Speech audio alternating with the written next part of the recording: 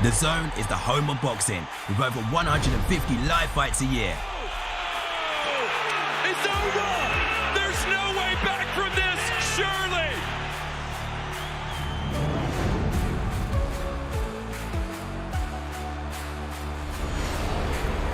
Ladies and gentlemen, let's get ready to rumble! How do you like it? How do you like it?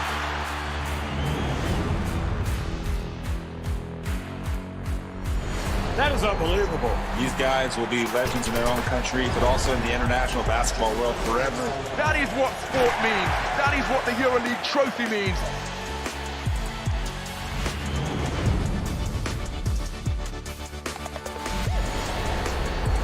Are you not entertained? I'm not supposed to be cheering, but this is X Series. I can do whatever I want.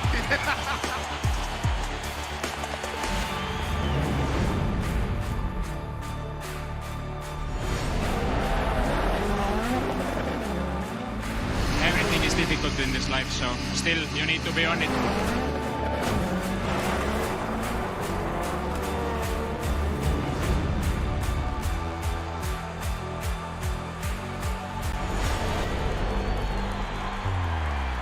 It all comes down to tonight. Don't miss the biggest night in MMA. PFL is more than a fight.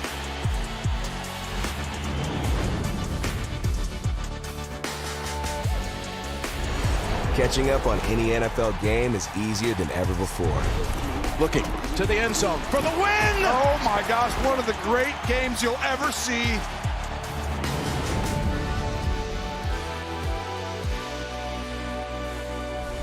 The competition is back, and the UEFA Women's Champions League looks set to be bigger and better than ever before. It's their time. A night to remember.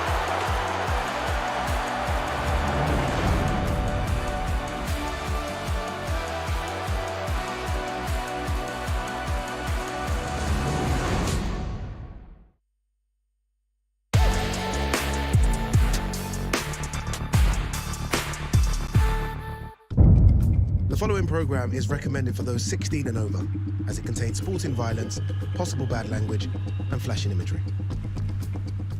Here's the moment the world has been waiting for. The judges are ready, the fighters are ready, the boxing world is ready. The fight starts now! How do you like it? Over the shoulder, so aggressive, so focused. It all comes down to this.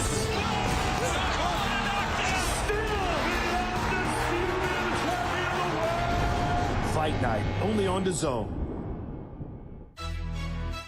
We are live in beautiful Orlando, Florida at the Caribe Royale Resort for Most Viable Prospects number 12, highlighting the best and brightest stars in the sport of boxing's next generation, next wave of fighters. And inside this building tonight, we have a massive card for you all. 8 fights, exclusive action you do not want to miss. And as always, my name is Wade Clemens, and I am alongside the two men that always join me at Prospects, the multi-time, multi-division world champion, the Flash Nonito Donaire, and of CompuBox and Inside Boxing Live, Dan Canobio. Gentlemen, we have an insane main event tonight as Dainier Pero takes on Cesar Navarro for the WBA Continental USA Heavyweight title. Dan, talk to me about Dainier. I love a heavyweight main event, and I love Dainier Pero. I believe he could be a heavyweight champion one day. I know that's a really big, put on his shoulders, but look at Usyk getting older. Some of these other heavyweights are getting up there in age. Tyson Fury is semi-retired. Who's up next? I think that Dainier Pero is on a short list of potential fighters that can do that. But he has a big test tonight in Navarro, Nonito, who is coming to win, wants to upset the apple cart, wants to be the first Mexican-born heavyweight champion. So he has big-time goals, but tonight he's going up against the monster in Dainier Pero. Pero has all these accolades right now, and will that affect his mindset going into this fight? But Navarro coming in from 147 to 200 to heavyweight, I mean, is the speed going to be a big difference into this fight? Will that make a big difference against Pero?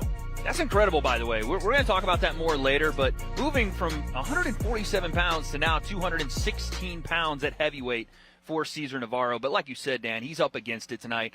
Dainier Pero has knocked out or at least stopped his last 6 opponents. You're talking about him in potentially the world ranks as he grows in the heavyweight division. Cesar Navarro, 11 wins by knockout, and 9 of those in the first round. He's got heavy hands as well, but it's going to be a tough night, I think, if we see the same Dainier Pero we've seen 5 times here on Prospect. I mean, he's really coming into his own right now. He's trained by Bob Santos, who's an outstanding trainer. And the thing that I love about Pero is he's able to jab up top and to the body. And you don't see a lot of jabbing to the body at the heavyweight division. That's just one reason why I believe he's just very schooled. And he has some wrinkles to his game that some other heavyweights do not. Like when you think of heavyweight boxing, you think of knockouts, you think of right hooks, you think of uppercuts, but you don't really think of the technical stuff. And I think that's where Pero can really separate himself from some of the other guys that are out there in the heavyweight division. Only 26 years old, too. That's why I have such high hopes on him, or for him, I should say, along with the fact that I believe the heavyweight division is like ripe for a turnover. Now, Daniel Dubois is the guy. I mean, he is the unified heavyweight champion alongside Usyk, getting up there in age. But, the door is open for heavyweights. Well, the thing about Pero is that he has that Cuban style as well. So he has a technique, and that's why he emphasizes a lot of the technique. But not only that, he has that power. The power to just make you go to sleep, So that's why the fear in itself brings about with everybody. Only thing I'll say is we've seen Dainier Pero here. We've been familiar with him for a long time on this series. Tends to be a little bit of a slow starter, gets himself into fights, and a fast starter is Cesar Navarro. And it makes sense because he's made his career off coming up in weight, so he's looking to get the job done in a short time, not a long time. I mean, he doesn't get paid for the time he's in there. He gets paid for the result, Dan. It's wild. This guy started his career 147 pounds, welterweight. Look at him right there. That is the man you just saw at fighting at heavyweight today. In 2018, he then took a little bit of a hiatus, came back at heavyweight, 216 pounds. And then his promoter said, hey, can you make 175 pounds? Can you make light heavyweight? And can you do it on 6 weeks' notice? He looked at it as a challenge, said yes. He shed 40 pounds. And look at him on the right. That's yesterday at our weigh-in at 216 pounds. So Cesar Navarro went from welterweight to heavyweight to light heavyweight, back to heavyweight. He looks like he's 10 years old right now, and then this is the present day, and this is when he was 10 years old. Unbelievable. I mean, Nonito, you've moved weight classes before. Obviously not that drastic, but the skills pay the bills no matter what class you're in. We haven't seen much from Cesar Navarro, but he's going to need a lot of it tonight because Dainier Pero has it and some. When you move up in weight, the difference in power, the difference in the guy that you could knock out easily comes to a point in a heavier division that it's very, very, very difficult to knock the guys out. So for him, he has to be very technical. He has to be in the level of that where he has in speed being the lighter guy. Yeah, I think it's going to be a night where we really see if Dainier Pero is starting to build into that world level because we've seen him against high-level opponents for this stage, for the prospect stage. And it's now time to start building him. Like you said, he's 25, 26, about to now start to enter that next echelon. Dan, what do you expect out of him tonight? What does he need to do to convince you? Like you said, you think he could be a world champ. What's he got to do tonight to convince you? I think he should just stick to what he's been doing. Don't rush in there. Don't look for something that's not there because this is heavyweight boxing. One punch can change everything. Navarro's up going into that ring hungry. This is his moment. For Pero, I just think he should do everything the same. Jab to the body. If he wants to start slow and know that knockout could come later in the fight. These are the types of fights when you're coming up, and you know this better than anyone. 10, 11 fights, you got to get through a tough opponent on a prospect level card because you want to get to where you want to be. You can't overlook anyone.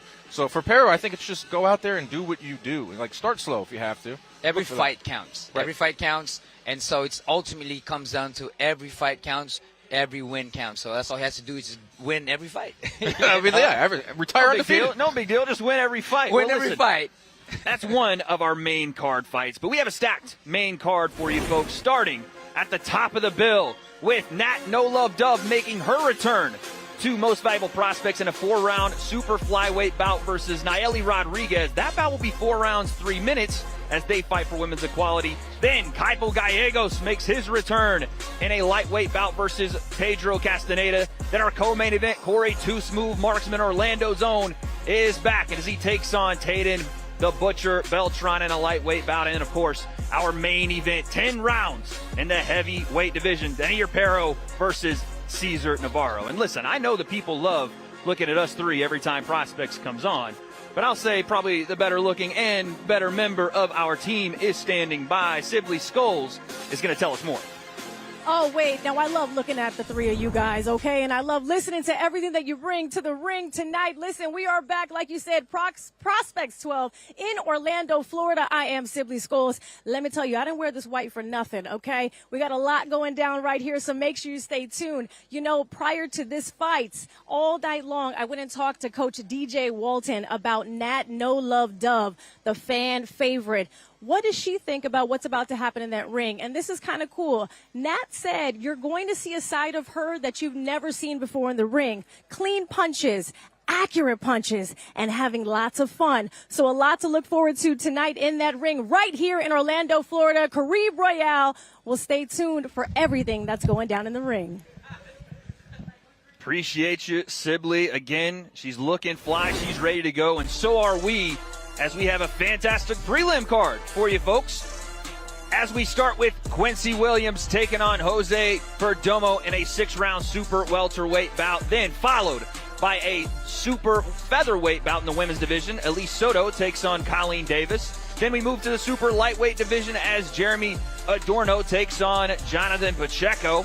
And lastly, we have a 6-round light heavyweight bout between Ariel the Hulk Perez, who's a mainstay here at Prospects. He'll take on Mario De Boya in our prelim main event. All that and more coming up, folks. We'll see you in just a second.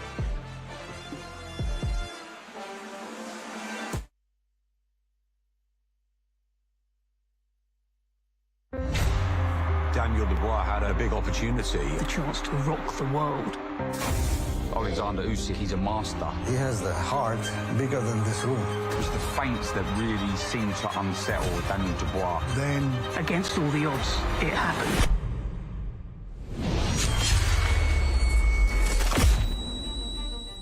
Time froze. We're waiting. Wow, he's done it. He's done it. I shouted out to Daniel, wow, you've done it, you've won. I was surprised there was no count. Моя думка, що рефері зробив все правильно. The fans, they divided into two camps. Was it low? Was it borderline? I thought that punch was a punch from the gods. He landed it right on the line. I have the view that the shot was okay. Muhammad Ali always talks about a quarter of an inch. The guards are that big. Very, very close. I see that's a legal shot. It was a real low blow. You know it was a legal blow. Frank, what the referee did next was outrageous. The seconds are ticking by. Suddenly, the minutes are ticking by. He said, no, take some more time. There were 3 minutes and 45 seconds of Alexander Usyk recovering. Usyk came back, dropped him in the 8th round and stopped him in the 9th. Up until now, there's still a question mark. Usyk has shown that he is the man. Usyk's beaten Joshua twice. He's beaten Fury twice. He's the closest that I've watched and thought, you've mastered boxing. He's the defining champion of the era. This version of Daniel Dubois. Beating Jarrell Miller, beating Filip Hrgovic. Then to go to Wembley Stadium. Daniel goes in as the underdog. He was like a man possessed. I knew he was going to win that fight. Anthony Joshua eviscerated him. Seeking this story, that's how I fight. This is the guy ready to take the throne. 2 semi-finals. You had Usyk fighting Fury, you had Dubois fighting AJ. This is like the final. This rematch against Usyk is completely different. Taking place at Wembley Stadium, 90+ thousand people. All the belts on the line. In front of a global audience, live on DAZN. Now we have a chance to see who is the best. It's going to be something special. Do not blink.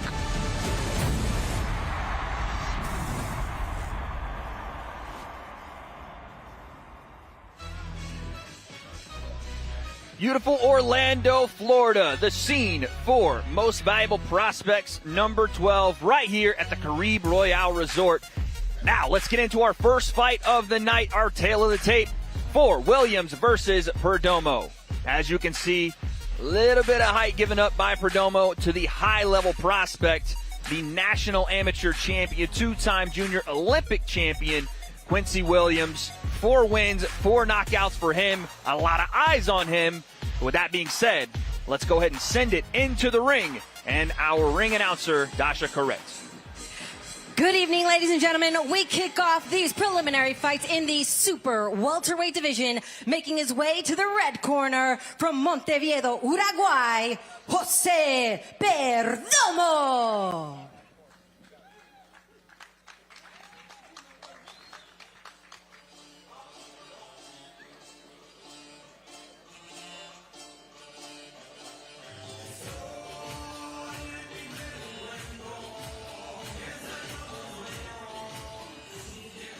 There he is, Jose Perdomo. I saw him a lot this week, not just at our weigh-ins, but in the lobby walking around, very calm, very confident, Dan. And I think a guy that's looking to obviously play spoiler, but not necessarily taken in by this moment. He looks ready to go.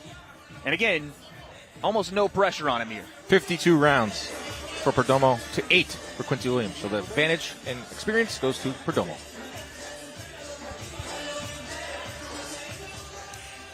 Making his way to the blue corner from Washington, D.C., Quincy Williams.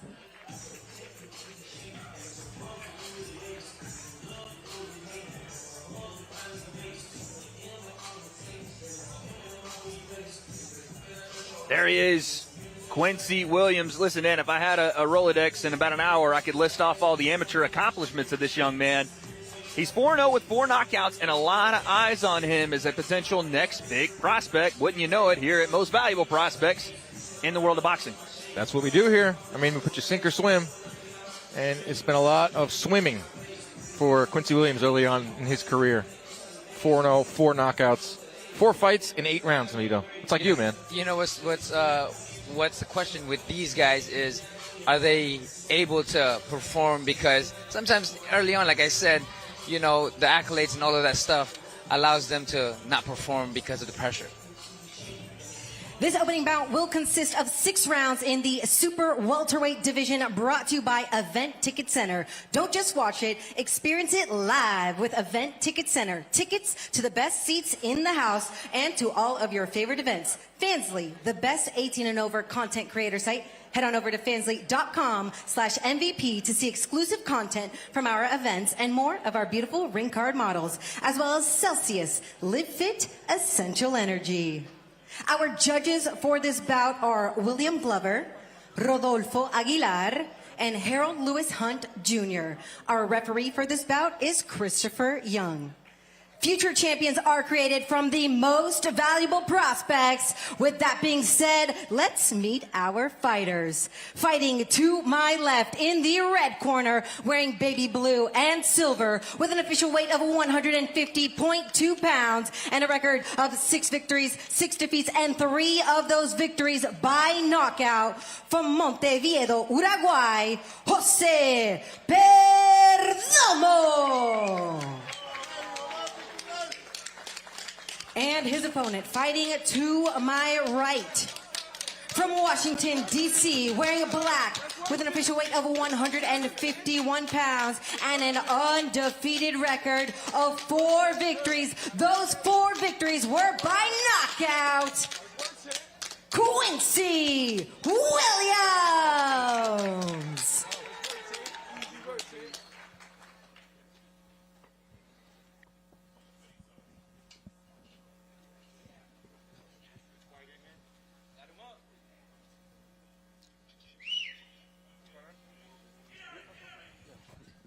Red corner, blue corner. All right, champ.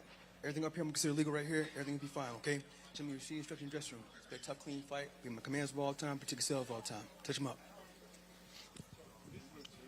Moments away from our first fight of the evening, super welterweight matchup between Jose Perdomo and Quincy Williams. Like you said, Dan, a lot of Quincy's fights don't go very long, so maybe a do not blink situation here. We'll see. I mean, Perdomo's got a lot of experience. A lot more experience than Williams. Round 1. Williams is the the superior skills, at least on paper.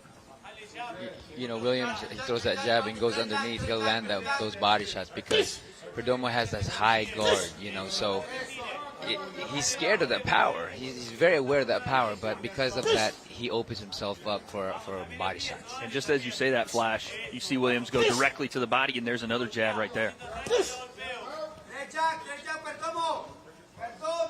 You know, he definitely has a lot of IQ because he's going down now, which drops the guard of Perdomo, and then that opens up for the higher or the lower shots. Showing some great IQ already, Dan. Some great eyes on the defensive side, not getting in touch with anything, and then finding his way in behind a jab, getting his head off center there as well. He's mixing it up. He's showing you a little bit of everything. Not showing you too much early on. He's just going with the jab so far, but he's varying it.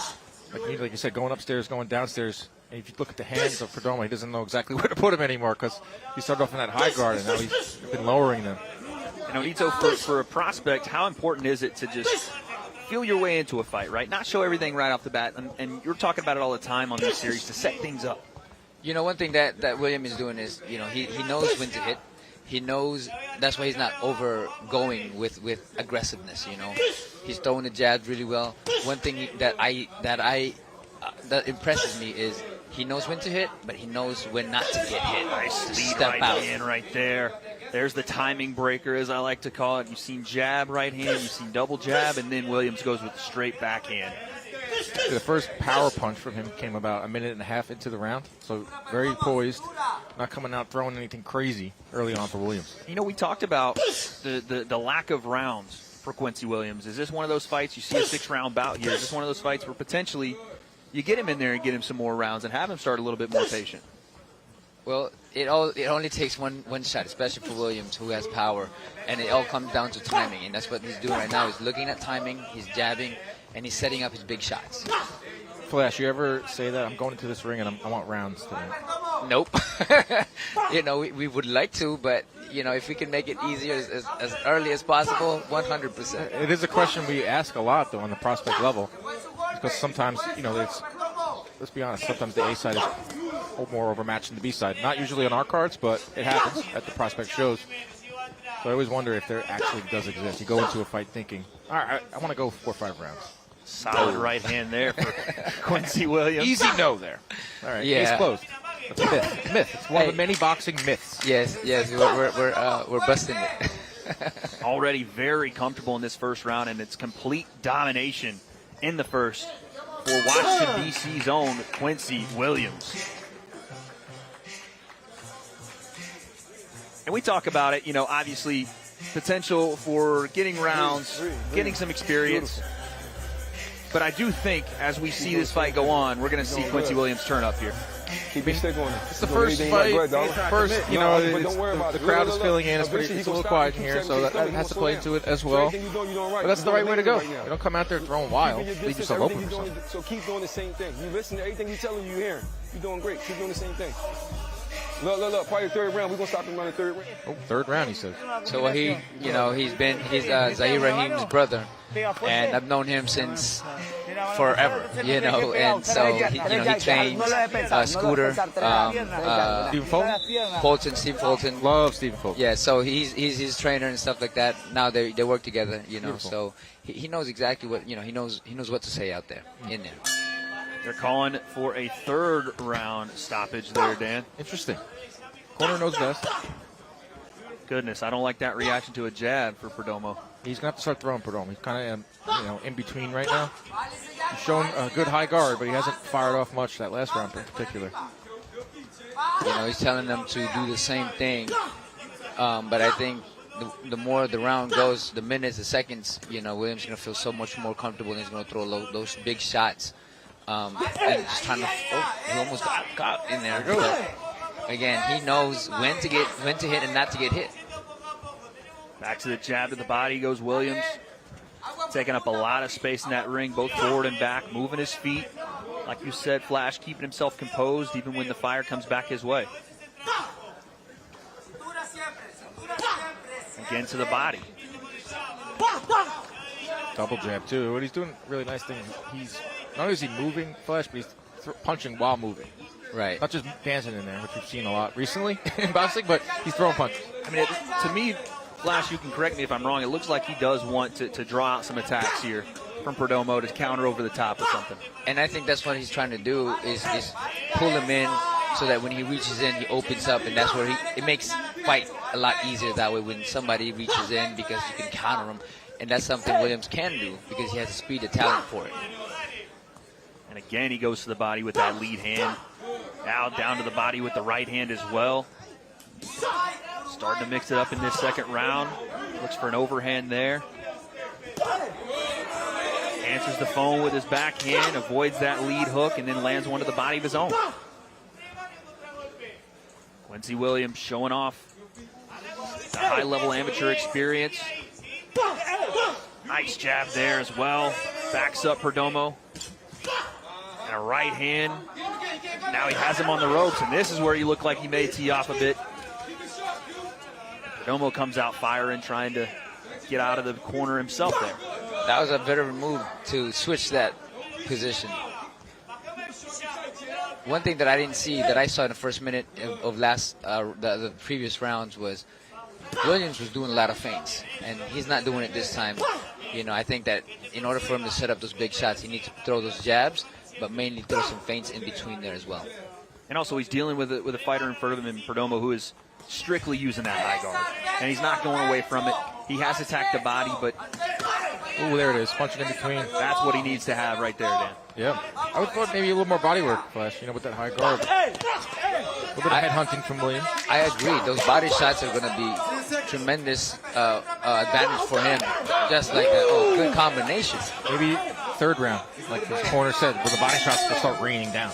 Finished off the round very strong there and has a dance on his way back. You know something about that, Flash. Oh, yeah, man. We love to dance, man. Stop dancing. You since saw, he landed. you saw a quick switch there at the end of the round. We'll hear into the corner now. Get the bucket. Look, we're going to get him, right? What round we in? A second. No. Let it go a little bit. We're going to get him. You hear me? Don't load up so fast. We're going to get you. You're doing good, though. You don't need no wild hooks. It's going to come. Look. I like what I saw that last time. You know, he stepped on the gas. Why? No. But didn't, not like right away. You know what I mean? I also like what his corner's saying about, hey, listen, we don't have to go wide with our hooks and get crazy here, because that's where 50-50s happen, right, Flash? That's where the potential danger in a shot coming back, when you really feeling yourself and you want to throw those hands out and maybe the defensive responsibility goes away. Just keep doing what you're doing, but let's get a little bit more intense. Let's have a little more intent with what we're doing. I agree with that, Wade. One thing I like in that round was when he was throwing those shots, his guard was high. You know, so even though he got hit with punches, it landed on his arm. So let's see if we can call him Mystic Quincy, because the corner called for a third round stoppage. We are now in the third round, and he finished off that second round in style. A nice right hand that he landed at the end of the round and backed up, and he is picking up right where he left off. Some big shots here. This is exactly what it is. He's very comfortable now. He's throwing to the top. He's throwing to the bottom. He's mixing it all up, and that high guard's not working as much anymore. Williams hasn't seen the third round since his debut. It came all the way in January of 2024, so it's 4 consecutive fights where he had not seen the third round.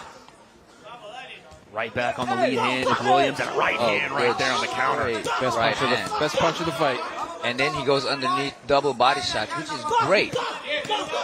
Again, very impressive to go up and down with power and just breaking down those high guards that Perdomo has. When he does so, it does look like Perdomo freezes a bit, and he's able to catch him with 2, 3, 4 combinations, even if that first or second doesn't land. He's really starting to find a home for his right hand in this round, gentlemen. And those body shots, jab, we'll set up the straight, we'll set up the hook, we'll set up the body shots, man. You know, he just had to invest a little bit more of it. Perdomo landed something there of note. Both guys looking to their left hooks there. And again, Williams walking him into the corner. It's a bad position for Perdomo. With 90 seconds in their corner predicting a third round stoppage. Nice right hand to the body.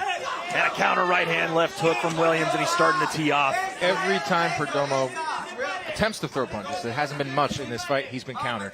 You know, one thing I want to see from Williams is throwing that overhand, but coming in uppercut right down the middle instead of a hook, you know, because the high guard is going to block that. But the uppercut, it's right in between. And a Nice right hand there from Perdomo as he covers up and looks to get something back here. Last minute in our third round. Perdomo might have gotten some respect there after not really landing anything of significance in the entirety of the fight so far. But Williams right back on that jab, just stifling a lot of offense with that lead hand, Onito. How important is that for a young guy to know that lead hand, even when you get in trouble or even when your rhythm's off, you can go right back to it? 100%. That's the most important weapon that a boxer has is his jab, the lead hand. But I think in this fight, he can set all that up with that jab. But the uppercut, I believe, is going to be the key to taking Perdomo and hitting him with that right side. Just because that comes right up Main Street, right? It goes right down the middle. Obviously, everybody expects the straight right hand. There's another nice straight right hand. But that uppercut off that would probably be the opening shot with a high guard fighter like Perdomo, yeah? Right. And body shot can work the same way, too, with it. Well, we're through 3 rounds, Dan Canobio, and we did not get the stoppage. So if that was on your bingo card, or potentially at your, I didn't place any bets on that. I was going to say, did not place any bets on that. Let's take a look at some of these replays, as we saw again a nice right hand. We saw attacks in spots here for Quincy Williams, and Perdomo, fair play to him, came back with some fire of his own in that round. Yeah, better round for Perdomo. I still didn't throw enough. I think he's thinking every time I'm going to throw, I'm going to get countered, because Williams has been very sharp as a counter puncher, really sharp with the jab too. So for Perdomo, it's like, what's coming at me right now? Is it the jab? Is it the lead foot of Williams, or is he going to, hook off the back foot and counter me? So, well, I mean, guys like Perdomo, they're very, very experienced, and they don't want to get stopped because they want to keep fighting. They may lose the fight, but they don't want to get stopped because they want to keep fighting. Because if they do get stopped, they stop for a couple weeks, a couple months, Round 4 here in our opening bout. Quincy Williams seemingly winning every single round going away so far. Yeah, I have him up 3-0 on my unofficial scorecard. Pretty easy scorecard so far. The official Dano scorecard. That's right. 3 rounds to none for Quincy Williams. One thing that we see right now is it's the same pattern. Williams throwing a jab, Perdomo trying to counter with the hook. And it's just the same process from the very beginning. So there has to be some type of difference coming from Williams to make a different type of fight. Yeah, he's going to have to mix it up a little bit more. Like we've seen the jab, we've seen the counter shots. Perdomo's still there. I mean, he's winning the fight, it's going away, but you would like to see a little more offensive variation from Williams. That's right. And you heard the corner in between rounds. Nice right hand there from Williams. Every time we've heard the corner speak to Quincy Williams, it's continue doing what we're doing. Continue doing the same thing.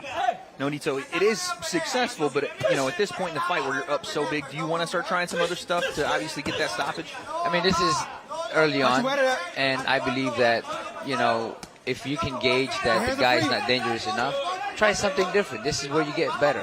This is why I always encourage fighters to experiment in there, as long as it's safe enough. I mean, of course, everything has to be done in training, but if you have the leverage to do so in a fight, do it.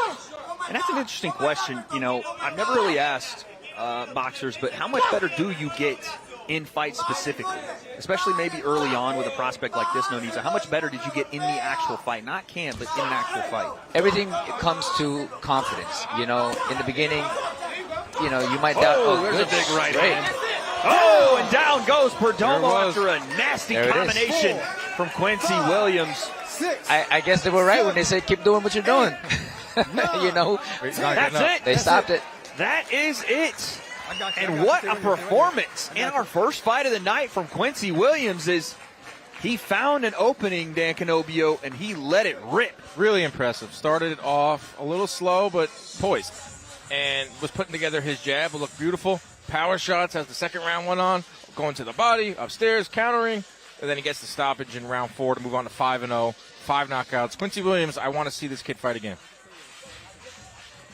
Very impressive, very, very calm in there. And a lot of times, especially in your 4 or 5 fights, you're all over the place, and here we go. So he goes into the combination, he goes underneath, and he goes over. And that right hand right there really took him out. That was a really nice counter. And then really nice combination.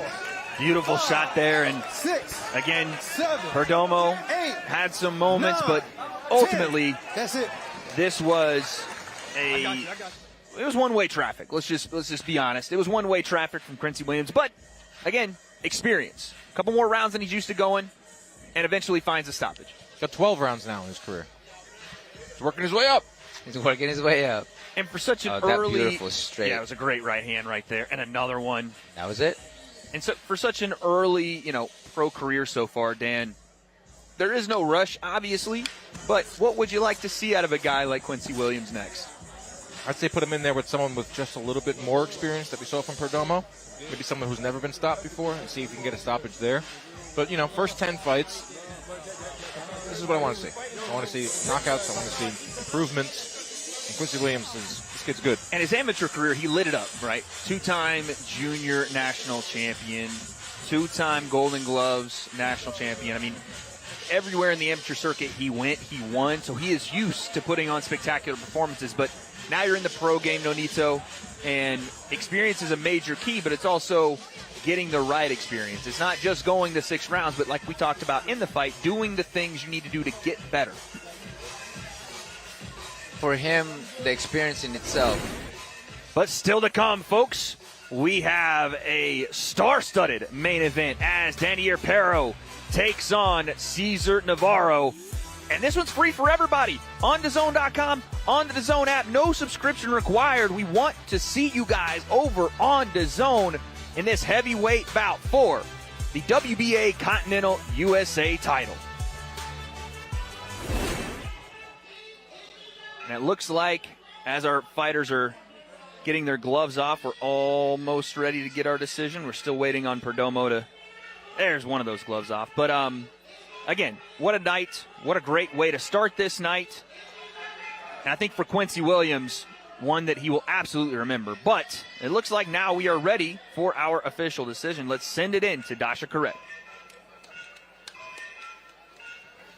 At the 2-minute and 11-second mark in the 4th round, your winner by knockout, Quincy Williams. Your winner, moving to 5-0 with 5 KOs, is Quincy Williams. And it looks like he is going to be standing by right now with... Oh, actually, we're going to do highlights before we go to Sibley. Sibley's waiting, standing by. But check out these shots from Quincy Williams. Aggressive. That was the and powerful final combination. On the front foot. Everything you like to see out of a young prospect in a sport where, let's be honest, over the last couple weeks, we've seen some not so aggressive young prospect fighters. We're going to focus on the positives tonight. We're going to focus on those thrown, positives. Exciting fights, free on DAZN. Quincy Williams getting a beautiful start to the night. Well, Sibley Scholes is standing by with your winner. Let's send it into the ring. Thank you, guys. We are here. Quincy Williams, not only handling business in the ring, but handling business on the fashion front. The tattoos, y'all ain't seen it, but Jason is on the back of his right quad. It's not the quad, it's the ankle, no, calf. Yeah. You're shaking too, huh?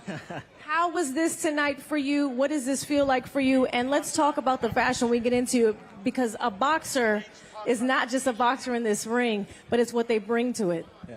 Oh, no, I feel great coming in here. I had a great camp, and, it's just great being back in the ring since November 30th. And for my outfit, thank you to Franchon Cruz DAZN. She made my outfit, I gave her the color. She just put everything together.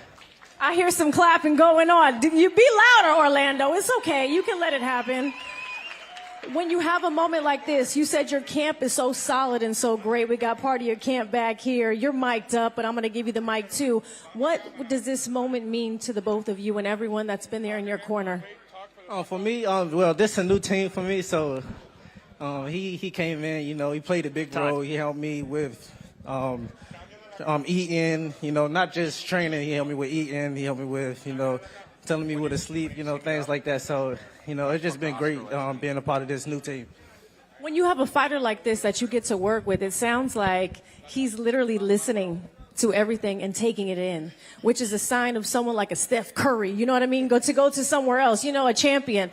You listen and you learn, which is amazing and beautiful. How nice is that to have a fighter like that in your corner?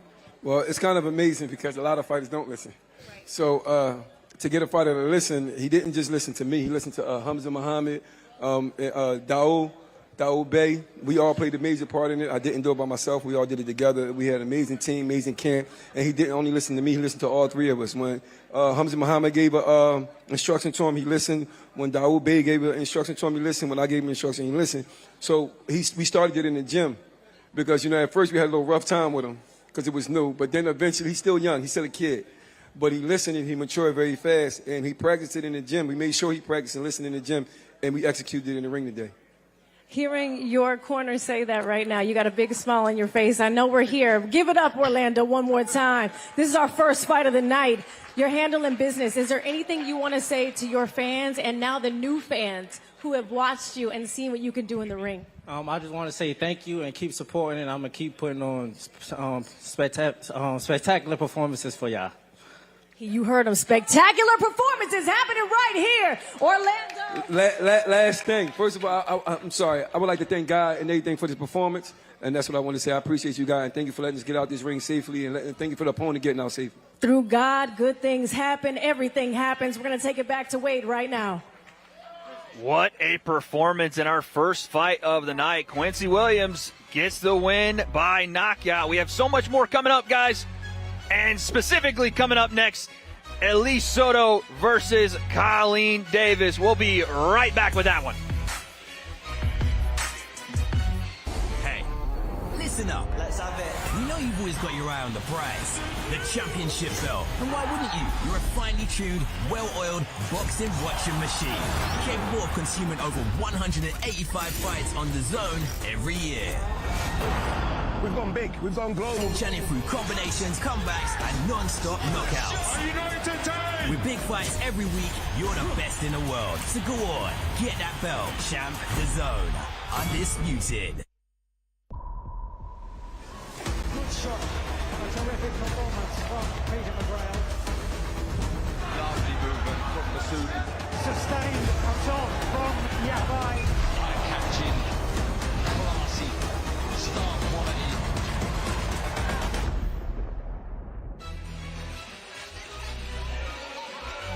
And there he is, El Gallo de Dorado. Jake Paul is making his return June 28th, and he's taking on the son of a legend.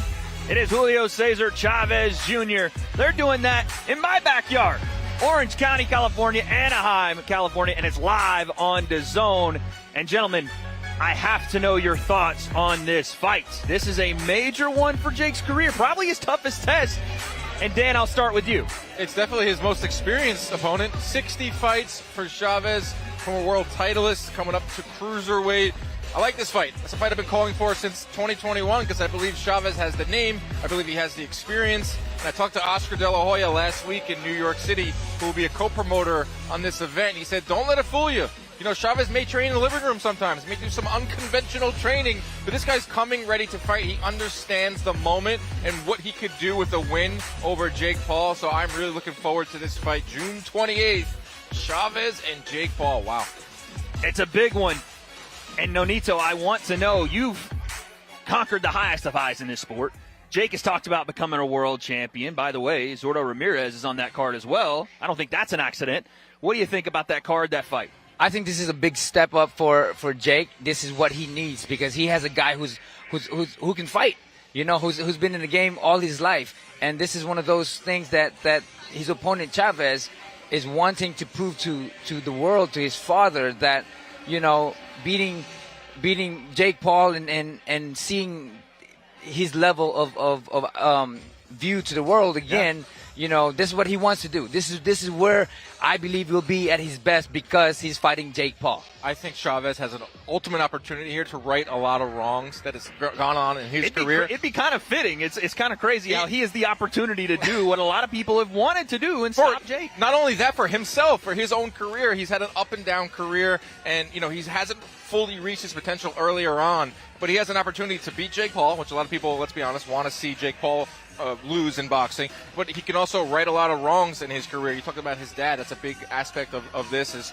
you know, fighting for the approval of Chavez Sr., who's arguably the greatest Mexican fighter of all time. So there are a ton of storylines here for Chavez. If he comes in and he trains hard, I don't know if he'll come out with the win, but I think he's going to give very, very tough rounds to Jake. I believe that this is one of those crossroads for Jake to get to the next level, and it takes a Chavez Jr. to be that guy, because Chavez, he's not one of those guys that's just going to sit down. You know, he's one of those tough Mexicans that will stand up and will get hit and will take it, and, you know, he has the pride of the Mexican, and that's what makes it tough, because he has a name. Another thing, too, you brought up Zurdo Ramirez. He is fighting Dorticos on the co-main event. Zurdo is a WBA light heavyweight champion, or cruiserweight champion, excuse me. Talked to Oscar De La Hoya last week. He said it's not an accident, like you said, Wade. It's not an accident that he's on that card. There are a lot of rumors out there that if Jake should want to get that title shot, there is a road, there is a path for Jake Paul to fight for a legitimate cruiserweight world title against Zurdo Ramirez, but he has to get through Chavez first. That road starts June 28th, but we're not finished here yet. In fact, we're just getting started. So let's take a look at the tail of the tape for our next fight on the night. Elise Soto, 7-0 with 7 knockouts, but she'll have a 4.5-inch reach disadvantage to her opponent, Colleen Davis, 4-2-1 with 1 knockout. But it's time to get this one started. So let's send it to the ring with Dasha Correct. Making her way to the red corner from Pittsburgh, Pennsylvania, Colleen Davis.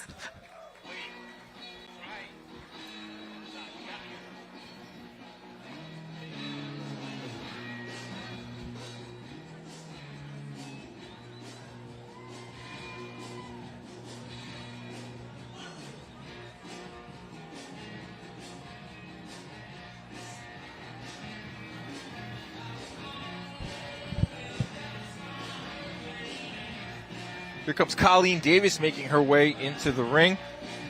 4-2-1. Fight out of Pittsburgh, Pennsylvania. She comes in as the underdog in this one. She's a tough opponent in Soto, who is undefeated. 6 rounds. That is right, 6 rounds. And she's got a tough one in front of her. Let's go back to Dasha. Making her way to the blue corner from Carolina, Puerto Rico, Elise Soto. Elise Soto fighting out of Carolina, Puerto Rico. If that sounds familiar to you, that is the hometown of Amanda Serrano. She put out a nice post earlier today on social media. Listen, Amanda has her ear to the ground with all of the Puerto Rican women's fighters, obviously the men's fighters as well, but there's something special when you get the cosign from the real deal as a Puerto Rican fighter. And she said, listen, Elise is next up. She's 7-0 with 7 knockouts. And we're going to see what she has in store. This next bout will consist of 6 rounds in the super featherweight division. Brought to you by Event Ticket Center. Don't just watch it, experience it live with Event Ticket Center.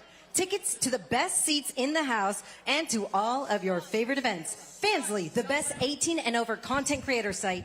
Head on over to fansly.com/MVP to see exclusive content from our events and our more of our beautiful ring card models, as well as Celsius, Live Fit, Essential Energy. Our judges for this bout are Eric Larson, Alexander Levin, and William Glover. Our referee is Sam Burgos.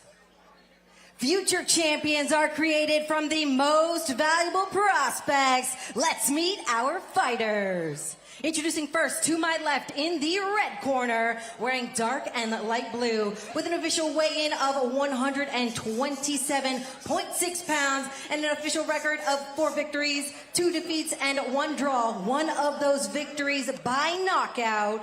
From Pittsburgh, Pennsylvania, Colleen Davis. And her opponent fighting to my right in the blue corner, wearing light blue, red, and silver, with an official weight of 128.4 pounds and an undefeated record of 7 victories. Those 7 victories by knockout. From Carolina, Puerto Rico, Elise Soto.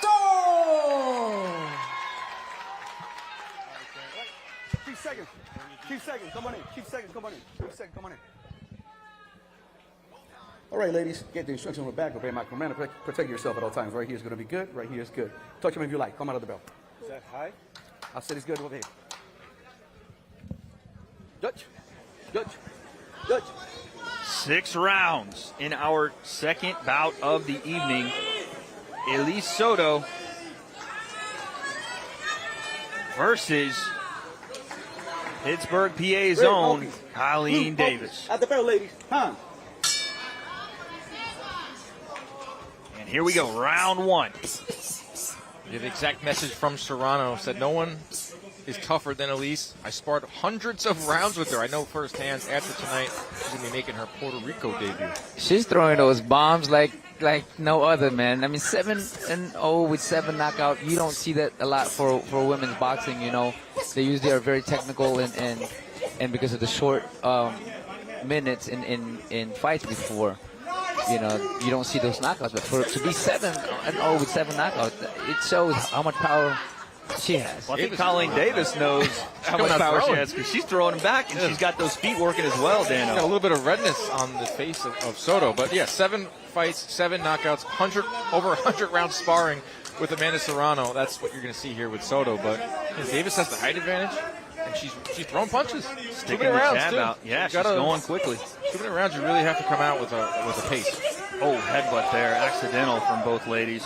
Right on the right eye of Elise Soto. But look at this. Colleen Davis is throwing some combinations, some flurries early on. I like those jabs from Soto to set up the overhand. There's a little bit more of adjustment. I think she'll land that overhand using the jab. Oh, there's a cut, too, over the left eye of Colleen Davis. I assume it was from that headbutt. Yeah, it was from that headbutt. Blood from the eye, some redness on Soto. A minute and a half. Into this fight. I love it. See, this is why women's boxing is so it's incredible. You know, because they fight again that overhand. Oh, and a counter right hand from Colleen Davis. You know, a big storyline in women's boxing is the 2 minutes versus 3 minutes. You know, Katie Taylor and Amanda Serrano actually argued about it on the stage. Because when you have 2-minute fights, you have to come out with a pace. And oh, my goodness. That's the argument for 2-minute I was going to say, speaking of pace, right? Elise Soto hasn't taken a backward step this entire round. That's the argument you can make for 2-minute rounds if you get rounds like that. But it's frantic. All right, well, let's take a listen really quick as you can see that cut over the left eye of Colleen Davis. Let's take a listen to her corner. Give me a towel. Give me a towel. You're boxing very good, very smart. You hear me? What we need you to do, that's a big cut. Watch your eye. Nonito, what was just poured in her eye there? I have no idea. I've never seen that. You know, Elmer's glue.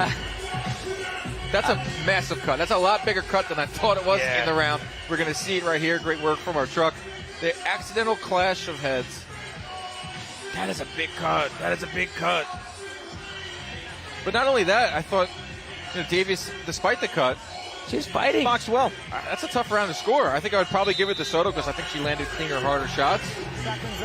That's a very close 10-9 round. round. The bleeding of that thing. I think a great job by the corner there to calm a fighter down, too. You never know until you sustain a big one like that. We don't know if Colleen has, but in those moments, how you'll react, right? When you are bleeding and you got a massive cut over your eye. Dr. Nonito, how important is it for your corner to be able to settle you down and get you back into this thing? Sometimes, like myself, I think it's sweat, you know, and then I'm seeing red stuff. So, you know, they're checking the cut right now. It's huge. I mean, she does have chaos on her trunks. And the top. Yeah, she switched on. She's ready to go. Well, I don't think blood's going to really bother Colleen Davis. She's from Pittsburgh. It's a tough city. Hey, she's throwing those shots, man. Davis is a live fighter. She's really game for this fight. You got fight of the night bonus? Are we still giving that out? We are. Is that coming out of my pocket tonight? Because I might have to. Yeah, you might have to give the extra one. The double fight bonus there from Dan. I love this. This is incredible. Beautiful fight. What you're seeing, too, is Colleen Davis, with her height advantage, is able to get to Soto a lot easier. Oh, there was a nasty left hook from Soto, though.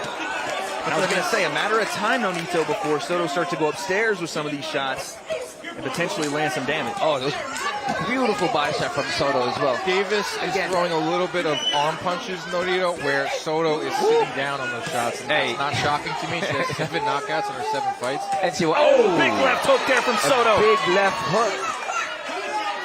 That one hurt. But Davis is working still. You know, she's not daunted by it. She's doing what she's trying to do. You know, box and not get hit. Well, Davis is throwing more punches, but it's Soto that's landing the harder shots. She's sitting another right hand, and there goes the mouthpieces out. Referee hasn't stopped the fight to reset, so Elise Soto's just going to keep going. Shoves off Colleen Davis and continues to throw nasty shots. There's another left hand. This is what it's all about. She's stalking her prey. I don't know if our referee has seen the mouthpiece out yet. Well, they can't stop it until there's a pause in there. As you can see, he just picked it up. You know, it has to be a point, because some guys have intentionally spit their mouthpiece out. And that's a great tactic, right? A great call there from the ref to stop it when he did, because that was flurries, punches in bunches. I don't think she spit it out, but that is a tactic fighters will use to save some time. I've seen it. Have you ever done it? Never done it. I don't know, man. I'll have to go back and check the tape. 19 seconds here in this second round. It looks like Elise Soto is starting to press on the gas and have a lot more success in this round, gentlemen. Oh! Guys, the live chat right now on YouTube is going crazy. This is because we're watching great action. This is incredible. Again, blood. A short right hand there from Soto, but again, it's a lot of blood. Davis answering with the jab, sitting down on some hooks, and that is again, nasty cut. I'm not going to say that's Tim Tszyu level of blood. No. You saw in the Fundora fight. It's approaching that. Staying still too long, okay? To get this gone, to be able to get show that out of cut. there, They're going to get close up on that. You again. can't stand still with her. Do you hear me? Yeah. As I look at some scar tissue where I can see a nice cut over your right eye, Anita. I've had a lot of cuts, you know. Let me ask you about cuts. What goes through your mind? The first cut you suffered, it's like probably the first time you face some adversity. What goes through your mind when you can't see it, but you feel it? You don't really feel it. It feels like it's sweat. You know, I've never really worried too much about the cuts. I've always felt like it was sweat. Wow. You also got to realize you're asking Nonito Dainier. Yeah, I would probably just say I'm done. That's it. I'm over. I'm out. Soto's going in there like no tomorrow. And she is, again, the shorter fighter. You do run into this sometimes. A height difference and a very aggressive fighter. That's also the shorter fighters. Hold on one second, gentlemen. We're getting a little bit of a warning there. It looked like potentially. Whoa, stopping it. We have a. Okay, well, it looks like it's it. We're going to go ahead and. It's an accident. It happens. It's a no-contest. No contest. Okay, so we're going to have a no contest here because of the clash of heads. Okay, so it's going to be a no contest. That's obviously disappointment. Yeah, obviously it's going to be disappointing on everybody's behalf, because I don't think that Colleen Davis or her corner wanted that. Obviously, oh my God, that cut is. Elise Soto and her corner didn't want that, but when you look at that cut, it's pretty gruesome, guys. You can see in her face. She was very, very disappointed. And it wasn't intentional, right? It's not intentional. I didn't see any intentionality in the way she was, level changing. It just happens sometimes. I mean, they were throwing hammers, a lot of punches, and things are going to happen. Jump in the pool, you're going to get wet. That's a big cut. That's the right decision. It will be a no contest for Soto. It's just unfortunate because that fight was heating up, and I think it would have been really outstanding. And it happened very early, too. It wasn't like, again, this is something that just happened, so the risk of it continuing to open up is there, especially over the next few rounds. So very impressive. Completely understand. Mike Ross in the chat says that's an old cut from her last fight. They reopened. Okay. Confirm or deny that from Mike Ross. Shout out Mike Ross there, helping us out in the chat. But yeah, again, unfortunate circumstance. But for what we saw, gentlemen, how about that? We want to talk about a barn burner. We got what we asked for and some out of this fight. Maybe run it back in a few months once the cut heals again. But yeah, Soto is just, she's had harder shots. I mean, it was beautiful to see Davis come in there and go for the win and throw punches. But Soto was sitting down on her shots. I think she eventually would have gotten to Davis because Davis was so willing to throw. I'm getting word that we will get an accidental headbutt. No contest. Fight was tied on the scorecards. Tied on my scorecard, too. So, one apiece. That'll be our official decision when we get that. Again, no one likes this. You can obviously see the disappointment on both fighters' faces because we just talked about it. It was an even fight. The beautiful thing is both fighters came in to fight.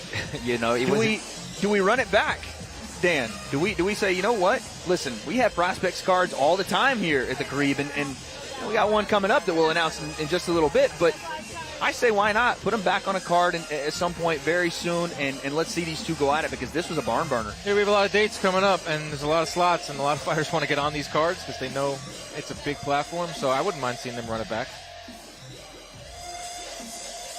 and they're still treating that cut there.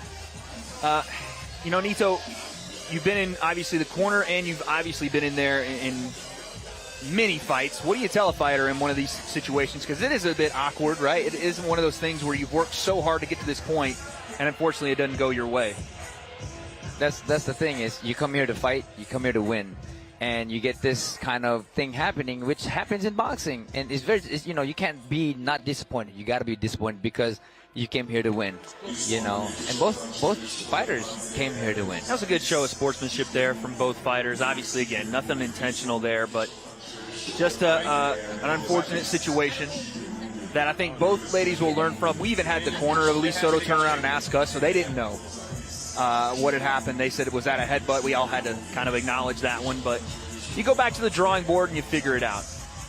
Dr. Boxing Talk in the chat said, I'd rather have an early no contest as opposed to a result where the fighter was severely handicapped. Couldn't agree more. Yeah, absolutely. Well, it's time to make it official, so let's send it into the ring with Dasha Karet.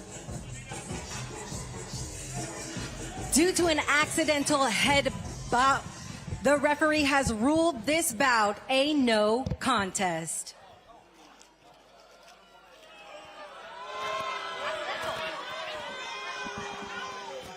Well, there it is. As everybody in the crowd let know, they maybe didn't understand what was happening, but that is going to be, I know, right? More. That's going to be our second fight of the night. Once again, an accidental headbutt, no contest stoppage there between Elise Soto and Colleen Davis.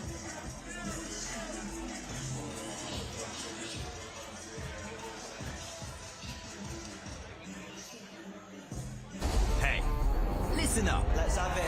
We know you've always got your eye on the prize, the championship belt. And why wouldn't you? You're a finely tuned, well-oiled boxing watching machine, capable of consuming over 185 fights on DAZN every year. We've gone big. We've gone global. Chanting through combinations, comebacks, and non-stop knockouts. With big fights every week, you're the best in the world. So go on, get that belt, champ. DAZN, undisputed. We're 2 fights in, but folks, do not forget, live and free on DAZN.com and the DAZN app with no subscription required. We have our main event of the evening. Dainier Pero puts his undefeated record and his Continental Heavyweight Championship on the line versus Cesar Navarro. A game Cesar Navarro, who comes in at 13-2 with 11 knockouts. And Dan, this is the one we're all watching. Yeah, I'm really looking forward to this one, man. I love a heavyweight main event. Love to see Dainier Pero in there, who I believe could be a heavyweight champion one day. He's on a short list of major prospects. Navarro looking for that upset. Looking to upset the apple cart. Looking to shake things up. Huge opportunity for Navarro. And I was talking with Pero yesterday. I was like, what do you think of Navarro? You know, what do you think of Moses Atuma? What do you think of some of these Daniel Dubois? And Pero's like, I don't care. He does not watch a lot of tape. He does not care about any of the heavyweights. He just wants to fight. And I think we're going to have a good one, a big one in our. And there we are. Look at us. Come on, Dano, flex the guns on him. Here we go. Now, Nonito, you saw the weigh-ins, and obviously we all know the hype around Dainier Pero. But why is this moment so big for his opponents? Well, it's an opportunity. You know, you get the Pero guy, you know, who has this name.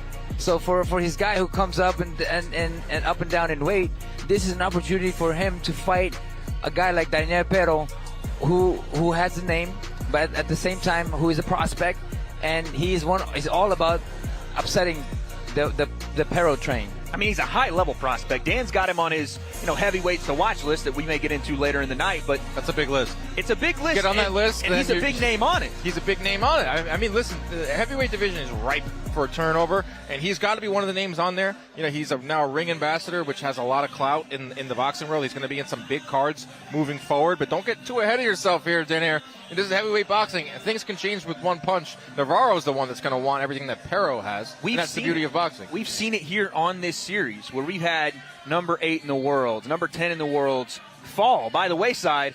Again, our guy, Julian Quiet Storm Smith. My favorite fight in the history of most valuable prospects. Anything can happen on these cards. So as much as the train and the rocket ship has been placed on the back of Dainier Pero, he has to go in and get the job done for all those things to happen. It's a lot of pressure on a 25-year-old, but he's been doing it time and time again on this card. Not only that, he's been battle-tested. I mean, he has been battle-tested, and he will once again tonight in our main event on DAZN, live and free, no subscription required. That's on DAZN.com. That's on the DAZN app.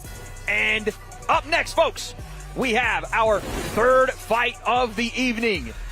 It is Jeremy Adorno taking on Jonathan Pachado in a massive bout here. Adorno 9-1 with 5 KOs. Pachado 6-1 with 2 KOs. A super lightweight fight coming at you right now. Making his way to the red corner from Buenos Aires, Argentina, Jonathan Chinchu Pachado.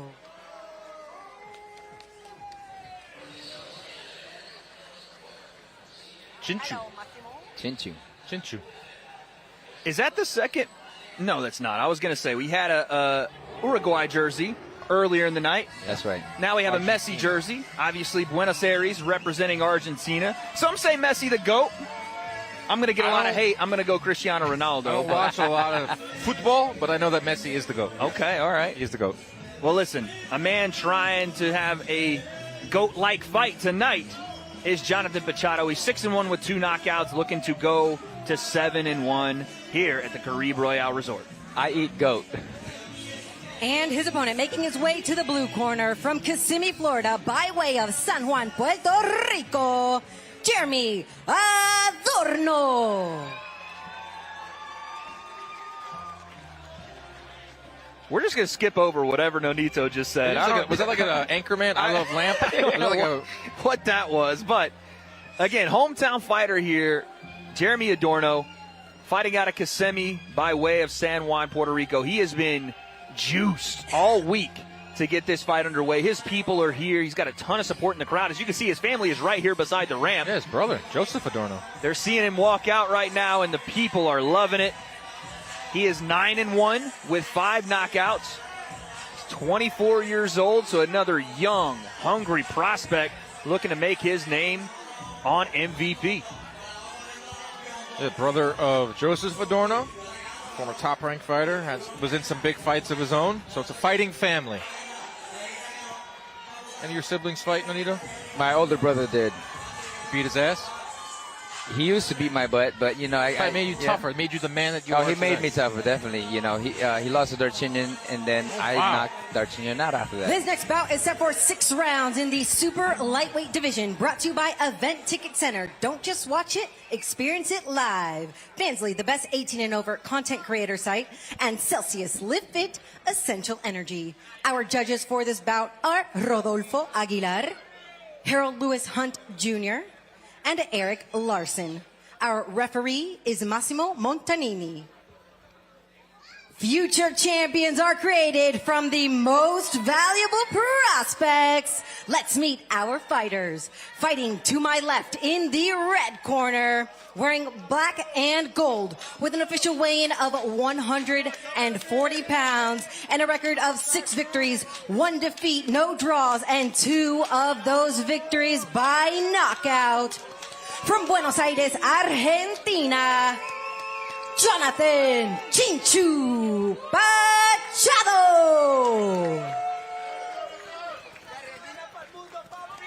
And his opponent fighting to my right in the blue corner, wearing black and white, with an official weigh-in of 136.6 pounds and a record of 9 victories, 1 defeat, no draws, and 5 of those victories by knockout.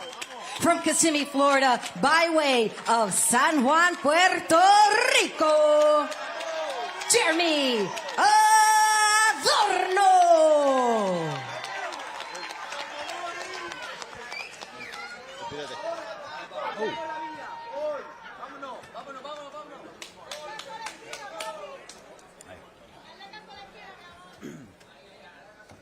Okay, guys, let's go. Tenemos que respetar la regla, respect each other and the rules too, okay? Touch him up. Okay. High intensity here in our third bout of our preliminary card. Jeremy Adorno fighting out of Kissimmee by way of San Juan, Puerto Rico. He's 9-1 with 5 knockouts. He's taking on the man from Buenos Aires, Argentina, Jonathan Pachado. Round 1 of 6 here in the super lightweight division. You set off a little bit of a storm here in the chat when you said that Ronaldo is the GOAT. I knew I would. A lot of Messi fans in the chat. Always. And look at the fire, by the way. Pachado. Channeling Messi right away is Pachado. He's looking to fire off some right hands and set the tone early. Pachado's giving up a little bit of height here. If Adorno's the bigger guy in there. If Pachado hits something really good. Watch out, that's a big left hand there from Adorno. Oh, it's darn ass. I was going to say, go! Pachado left himself wide open, and Adorno made him pay instantly. Won't be making that mistake again. Orthodox southpaw matchup. You always wonder for young guys, especially, how many southpaws have you seen to this point in your career?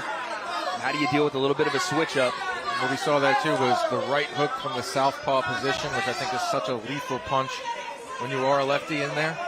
Adorno is very sharp early on. You know what? Adorno is very impressive, actually. You know, he has that long shots coming right down the middle, but then the hook as well. You know, it shows in his record that he has that power, but to see it in the ring, you know, it's impressive. And there's only a half-inch reach difference here, but it does look like Jeremy Adorno just has so much more reach and ability to get to Pachado so far. You know, sometimes the person... Oh, big right hand! Hook. That overhand... Pachado hits the canvas early as Jeremy Adorno is absolutely lethal. That's what I said. Don't make that mistake again. He did. And Adorno made him pay for it once again. This time he drops him early, and he got a minute 30 left. Uppercut. Oh my goodness, this could be lights out in Orlando, Florida. Oh, there it is. Left hand. Another overhand left. You can't miss with that left. Look at the swagger right now. Yeah, but you see Pachado's kind of grinning at him, which is universal sign for, yeah, I'm hurt. Yeah, you caught me. You know, Adorno is, you know, his power is tremendous because of the way he throws it from a distance. Loaded up on that also, right hook. Look how, like, poised Adorno is. Like, he's got a poker face right now, despite on the brink of a knockout win. Another left hand through as Pachado tried to land a right hand of his own, but to your point, Dan, you do see a composure out of the young 24-year-old, and another sniper Good left counter. hand. Good body shot as well. Has Adorno even broken a sweat? Chasing down Pachado into the corner, right hand. Pachado he is goes down again. Adorno looks to his corner and says it's light work. His legs are not under him. He's right in front of us, Pacheco. His legs are wobbly. He looks like he had about 10 shots of Patron or tequila. He had 10 shots of leather right there from Jeremy Adorno, and it's over. That's a good stoppage. Go ahead. Machado's trying to say he's good, but his barely legs are saying a different story. Wow. Good stoppage. Very good stoppage. But impressive power punches coming from Adorno. I mean, again, he has a record, but to show it out here inside that ring with tremendous power, I mean, it's impressive. I had my scorecard drawn up. I don't need it. Rip it up. Haven't had to use it tonight because Adorno just made easy work. Picks up his 10th win. Impressive stuff. Really poised. Counter punching with that left hand was just like a missile. It came out like a shotgun. Out of nowhere, you saw him very composed, and again, early in this fight, he would just snap off left hand, right hook, and it just felt so effortless, Nonito. I think those are the punches, and you'll be able to speak to this more than I will, as you see the family in the ring now with Jeremy Adorno. The punches that just are effortless, and you don't have a lot of big-time movement behind it, just snap off like that. Fighters can't see them. You know, sometimes fights like this one, you see the distance, and fights and style are just meant for a person sometimes, for a fighter. The first knockdown, the right hand, and Pachado got a little cute trying to avoid things with his hands down and you know, head movement, but unfortunately moved his head right into the line of fire for Jeremy Adorno as he continued to land hammers, and this right here was the end of it. Just uppercut. Every shot in the arsenal. Oh, and that overhand right or right hook, because he switched at that time. You know, he switched to orthodox. Almost landed right in our lap. Yeah, he did. I was ready to catch him, you know. What a performance for Jeremy Adorno. Again, had a big-time crowd here. Had a lot of people in his corner. Obviously, his family in attendance, a lot of pressure. And he delivered in a big-time way, guys. Yeah, Machado's never been stopped in his career. Adorno has the skill advantage, had the experience advantage. Was supposed to win. But it's one thing when you're supposed to win on paper, then you go out and you perform, you execute, and you do it with an exclamation point to the point where I know guys at MVP will want him to come back. I want to see him fight again. So I really believe it matters how you win in boxing. It absolutely does, and what a performance for him there. But still to come, folks, we have a star-studded main event this evening, live on DAZN and free on DAZN.com and the DAZN app with no subscription required. Dainier Pero takes on Cesar Navarro in a heavyweight bout right here in Orlando, Florida, and live and free on DAZN. Did you say free, Wade? Free. Free 99. I was just going to say that. 99, not free, free. Free. 99, yes. One of the awesome things about the Prospect Series is you get all this action that you want to see. But speaking of the action, we just finished up, and it seems like we may potentially be ready for our official decision. Let's send it into the ring with Dasha Correct. At the end of the first round, at the 2-minute and 59-second mark, your winner by technical knockout, Jeremy Magic Hands Adorno.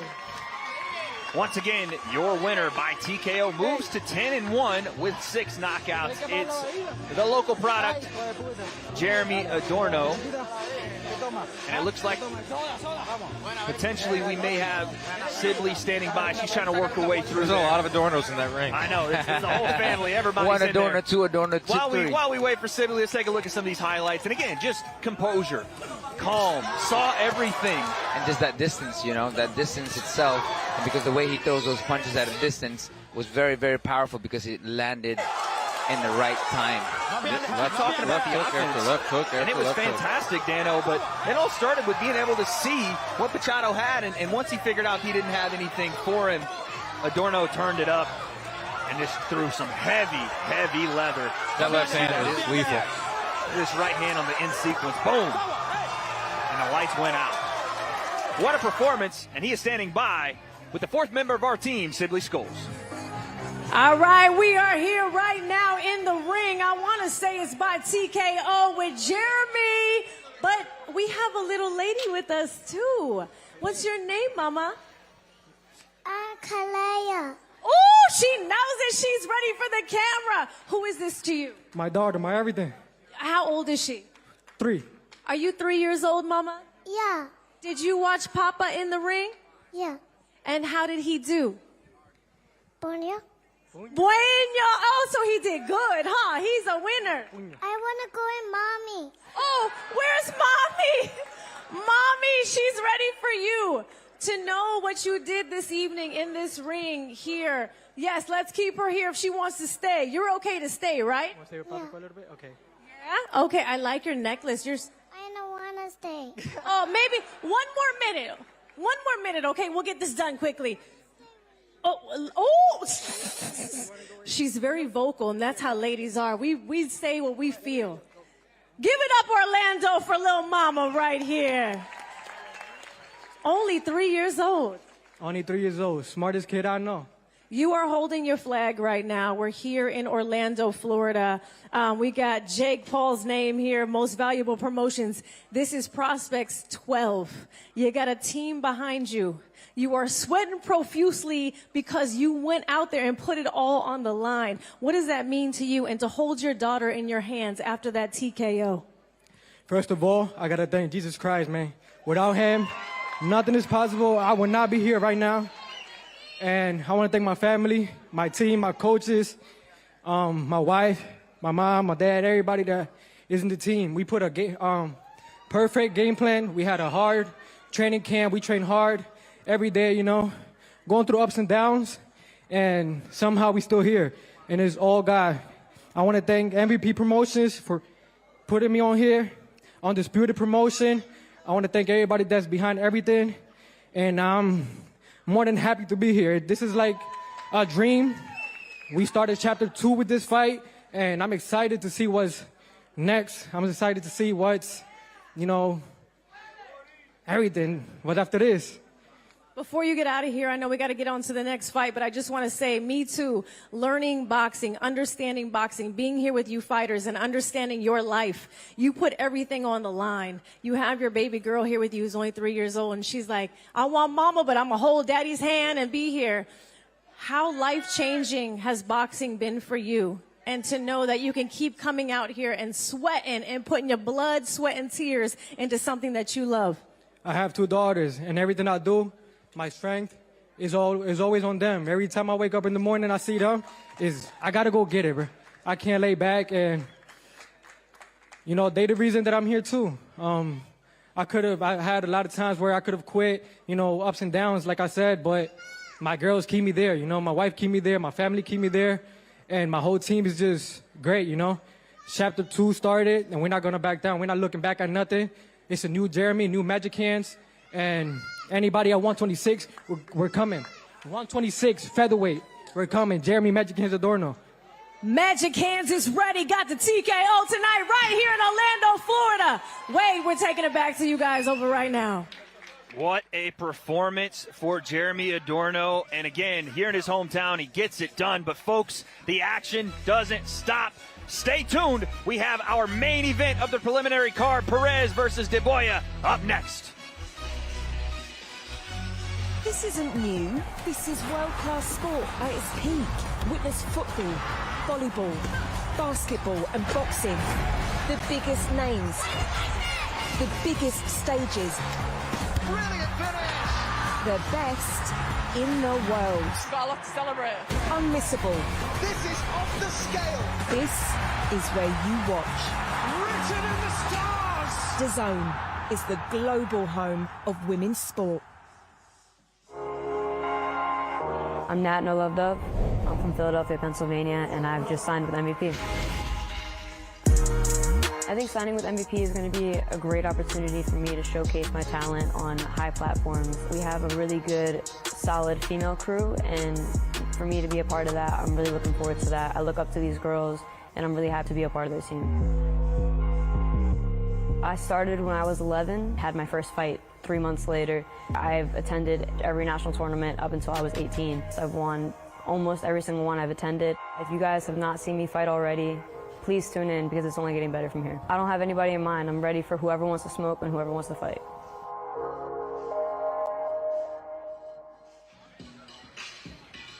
She is ready for the smoke. Tonight, Nat No Love Dove will take on Nayeli Rodriguez in our first fight of the main card. Once again, live and free on the DAZN app and DAZN.com. No subscription required. Dano, talk to me about No Love.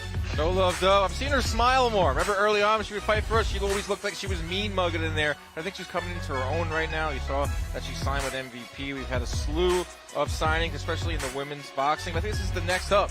The top of MVP are Amanda Serrano and Alicia Baumgartner. They've reached the pinnacle. We're talking about unified champions, undisputed champions. But who's up next, right? We're talking about the heavyweights, too, in our main event with Dainier Pero. I believe he's up next. Who's up next in women's boxing?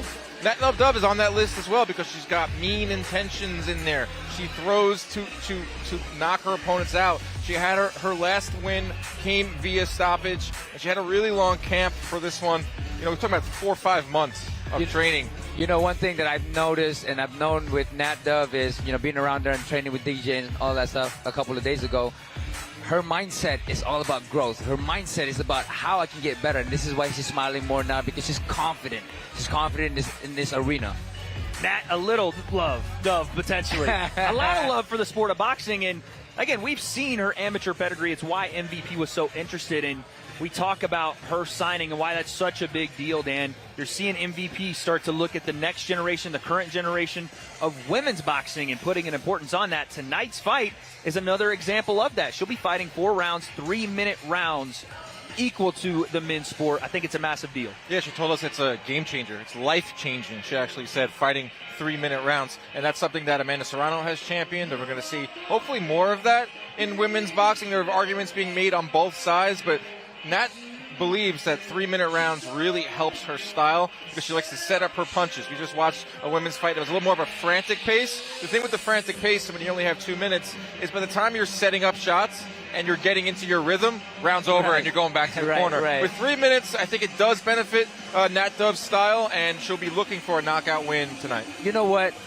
Women in the gym are sparring 3 minutes. Oh, they're going, yeah. You know, so every time, from all the times that I've known since 2001, I've sparred Lucia Riker, I've sparred numerous women, Jelena Mercado, I don't know her name. You've sparred them? I sparred all of them. Wow. You know, and we've trained for 3 minutes. You know, so even from the very get-go, from the very beginning of women's boxing that we've noticed, there was always 3 minutes. So this is their time. There is their place where they can set up, especially for styles like Nat Dove, you know, to set things up.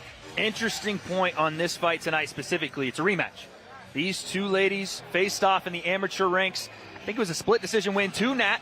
Right, 5 judges in the amateurs. 4 of the judges had it for Dove, 1 had it for Natalie Rodriguez. And talk about Natalie Rodriguez, she's ready to go. I mean, she's got a lot of not much amateur experience, but she has more pro experience than Nat Dove. And she's looking for the upset too. She said, hey, I know a lot of attention's going to be on Nat Dove. She's signed with MVP, and, you know, she trains with the Waltons, but she's like, don't overlook me. You know, I fought Nat. I know I understand her style, and she believes she will come out on top. She's compared the styles Natalie Rodriguez has. She says they fight similar. I asked Nat Dove. She said, absolutely not. We don't fight the same at all. We're back-to-back Zoom calls, so we had a quick... That was good by you to ask her that, because she was like, what? No, absolutely not. So, and she just, by the way, Nat No Love Dove coming off her first knockout victory. How important is that, Flash? You've won fights as a prospect, but to get that first knockout under your belt. It's a first. There's 2 things for everything, right? Is it going to make you be crazy because you want it again, or it's going to make you want it, but then in a composed way, but you know you can make it happen? What are you looking for tonight, Dan? We talked about all the accolades. We talked about the moment. Does she go out and perform and get that next knockout, take that next step as a prospect? I believe so. I think the bright lights suit her well. The 3 minutes suit her well. I don't think she'll go in there and necessarily look for a knockout because, you know, her trainer will never, a trainer will never tell you to do that, but I believe she will sit down on her punches, and I would not be shocked if she does have her second stoppage win. Well, listen, I think every woman in boxing right now is taking a look, you know, a couple of weeks, a month ahead. What's going on then? A massive fight between Amanda Serrano and Katie Taylor, the trilogy. We talked to Nat, and listen, you have to be honest and say, listen, I think everybody knows you want to be on that card, but you got to get business done first. How do you not overlook tonight? It's very difficult at times because you get so excited, but then, you know, you have a right leader like DJ Walton, you know, the team has to remind you, and because you want it enough that you're going to focus on this and onto the next, you know. So yeah, it's very difficult for a lot of fighters. Something we're seeing in boxing, you have to incentivize fighters. You can't give them everything on a platter right away. With nothing more incentive, like no bigger incentive for Nat Dove than to possibly appear on Taylor Serrano 3, which will be a massive, massive event at Madison Square Garden. That's all all you need, right? All the motivation you need to get that win tonight. The 3 minutes, we talk about it in sparring, but in the fight itself, when you're used to that 2-minute flurry, how do you calm down? How do you not just shoot all your shots in those first 2 minutes? Because no matter how much you train it, you spar it, you're used to under the lights, they say go and you go. How do you slow down a little bit? Well, it's not so much as slowing down. You're actually being in the right moment, in the right environment, because you're so used to it that you're breathing properly now. You're not trying to rush anything. So you're actually thinking more, and you're going in a pace that you've been training all your life. She is in the gym with Javon Wana-Walton, who is another MVP signee. And he's actually going to be in the corner tonight, so I think that'll be another interesting wrinkle. There's a rumor he might join us in the booth. That's right. We will potentially have Wana-Walton as well. But we're excited for that fight. We're excited for our preliminary main event. But before we get there, the 4th member of our team, Simply Skulls, is standing by with a very important person to MVP. VIP is in the building. Mike Leonardi, someone that I am watching 24/7. You're the reason I'm here too as well. You brought so many of us on board. You were the head of boxing for Most Valuable Promotions. This is number 12. Can you believe that? We are here right now in Orlando, Florida. Did you, number one, think this was going to happen right now? No, I mean, that's the hope, right? Is give young fighters a platform, give them an opportunity to elevate themselves, prove themselves on a global stage, you know, and it's number 12. Couldn't do without our great partner at Caribe Royale and Boxeye Promotions. It's been awesome. Now, Mike, you know everything. You know everything, the ins and outs of the mind of a fighter, the marketing of the fighters, everything ins and outs. Really, guys, check out this man's whole resume. Knowing that we've got Jay coming up since the Paul and Tyson fight, this is his next one with Julio Cesar Chavez Jr. What does that mean to you, knowing that we're coming to LA, we're bringing that fight, and we've got a lot going on? Man, Paul Chavez, right? That's too, like, he fought Tyson. Now Jake's fighting a Chavez, like boxing royalty, you know, the son of the legend, the greatest Mexican fighter of all time. I mean, in Anaheim, it's going to sell out. It's going to be crazy. You know, Jake became famous. Jake blew up in LA, right? So it's almost like home for him. But Chavez lives in LA, Mexican American. It's going to be a great clash of crowds. It's going to be a great clash of styles. I mean, you know, it can't be a bad fight. It's going to be a war. Absolutely. I was talking to, my partner in crime, Coach Larry Wade. He's out there with him now in Puerto Rico. They're leaning into that, fight mode right now. What you've seen so far from Jake and understanding working with him as a business partner and also him as an athlete, what has been going through your mind to see what he's accomplished so far? It's incredible. So I've been with MVP about 2.5 years now. How far Jake has come. I think the thing that people realize the least about Jake is how hard he actually works in the ring and in the gym at his boxing. Every fight, every camp, it's like a new fighter. He's leaps and bounds better than where he was, 2.5 years ago. It's like a totally different fighter, and it's been amazing to watch. It's been amazing to play a small part in it. Nakisa Badarian, we got that name. I'm going to talk to him later tonight in this fight card. When you see the partnership that you guys all have together, I talked to him in Toronto in our last prospects. The advocacy for women in boxing has been very important to all of you to make sure that is something that stands out. We've got MSG, the trilogy, coming up, y'all. Make sure you tune in July. Amanda Serrano, Katie Taylor. To have that make history again, a new situation in boxing, how special is that for you? And what do you expect everyone at home to see and everyone in that ring to see when they're there? It's incredible. I mean, it's, in my humble opinion, it's going to be the greatest women's boxing event of all time. It's all women's. We have 3 more fights that we're announcing shortly. We're not done. Like, it's already the best women's card of all time, but we're not done. We got 3 more fights we're going to announce. It's going to be incredible. Almost every single person I talked to that was at the first Taylor Serrano fight says it was the best environment they've ever been in, best crowd, best energy of a boxing event they've ever experienced. We're returning to the scene of the crime, MSG.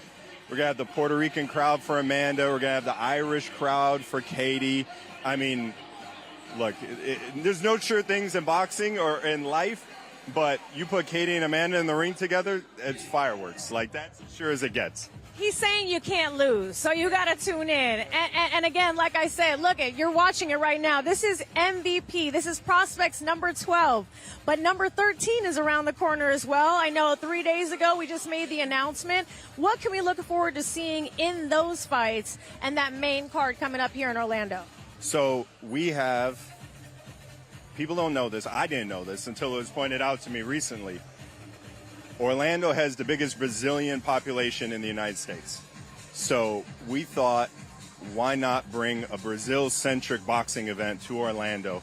We have Beatriz Ferreira, 2-time Olympic medalist, world champion, pound for pound, one of the best women fighters in the world. She's defending her title against Maria Ferreira from Argentina. It's going to be a barn burner.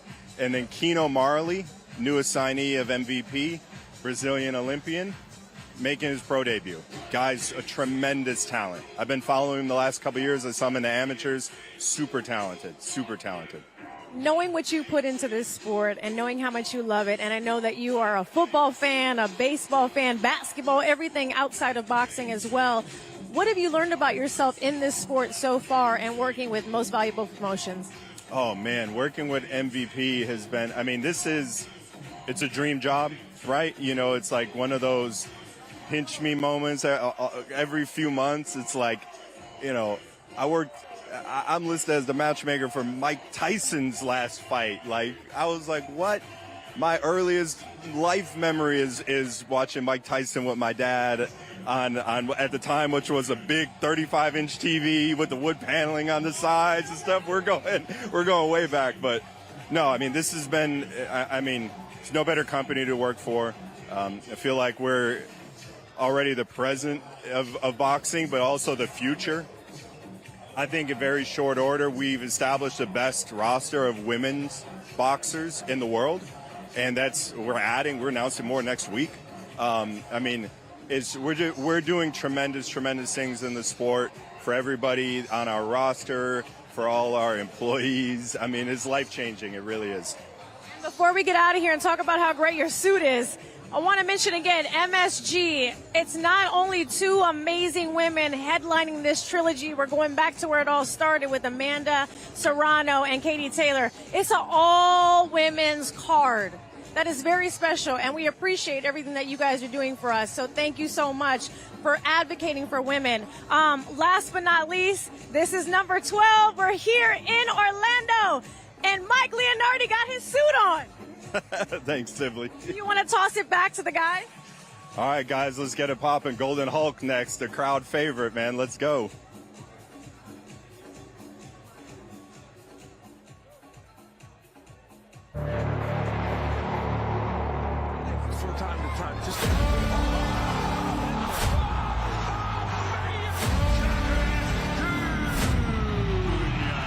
That would be cool to be a former world champion. That would be a step up and another accomplishment. It's going to be a good test for both guys. It's a real fight.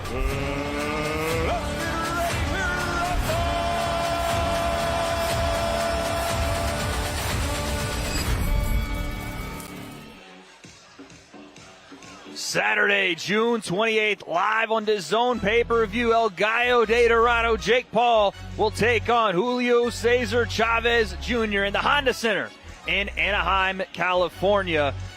And of course, we have to talk about it, gentlemen.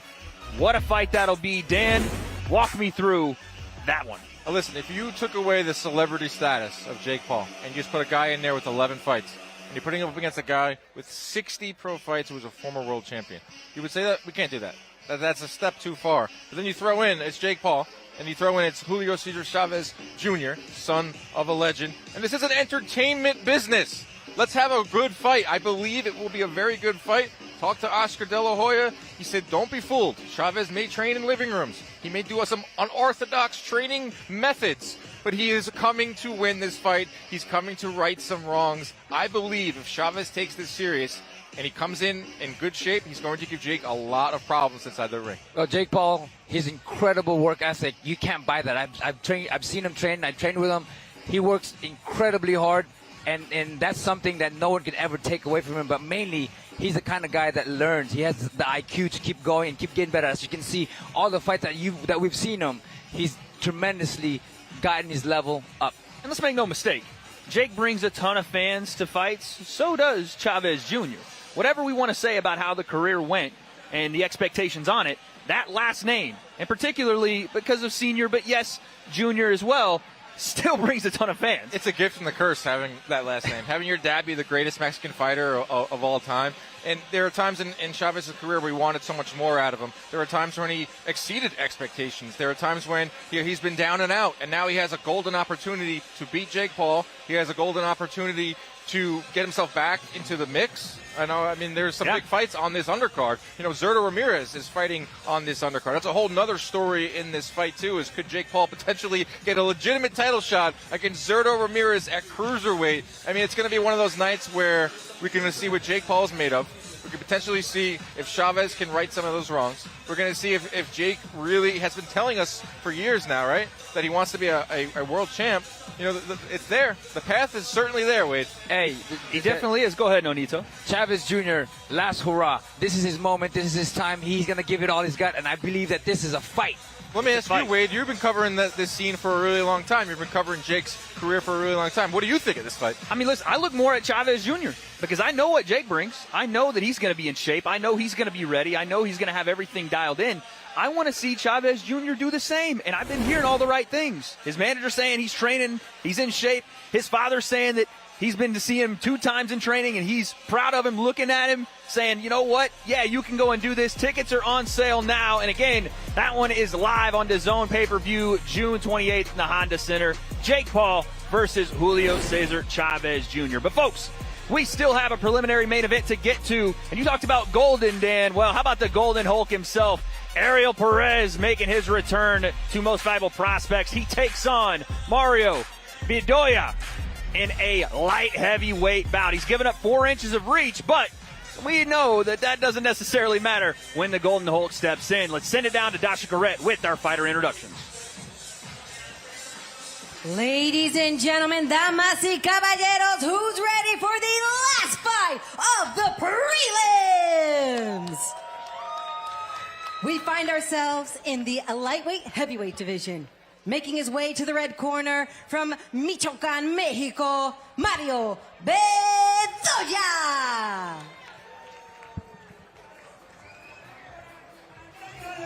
Mario Bedoya has the tough task of going up against the Hulk in his backyard. It's not just Ariel Perez he'll be fighting tonight, Dan. It'll be the entirety of this crowd. If we could get a crowd shot here, you would see all of the family, friends, potential work buddies, former associates, anybody that's ever met Ariel Perez is in the crowd tonight, and they always get rowdy. That is correct. His opponent making his way to the blue corner from Tampa, Florida, Ariel, the Golden Hulk, Perez.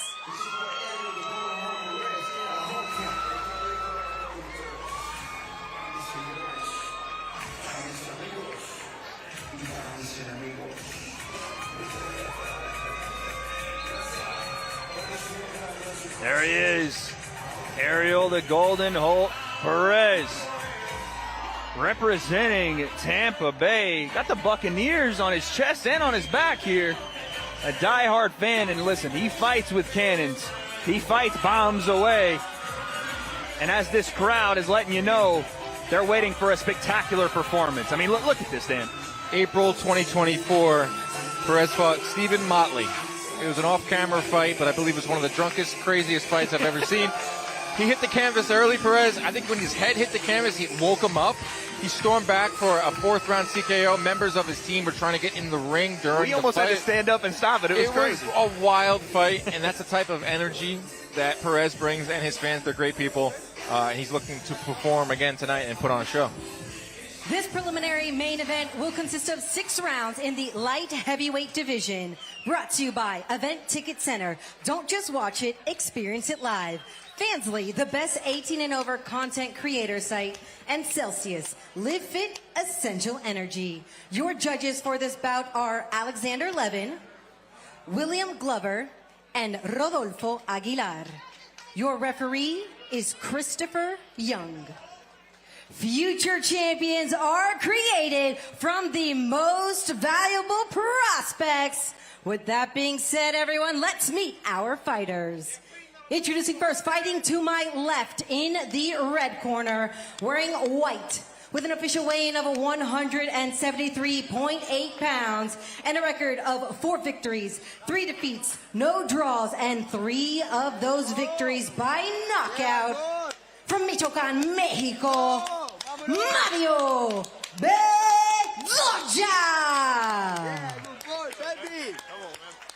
And his opponent fighting to my right, wearing black and red, with an official weight of 175.0 pounds and an undefeated record of 6 victories, 4 of those victories by knockout. From Tampa, Florida, Ariel, the Golden Hulk, Perez.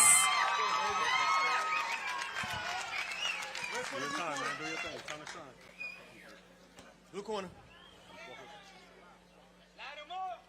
All right, Jim, listen. Your truck's a little so everything up here will be considered good, okay? Jimmy, receive structural dress room. Make sure clean fight. Hands ball all the time. Take it all the time. Touch him up.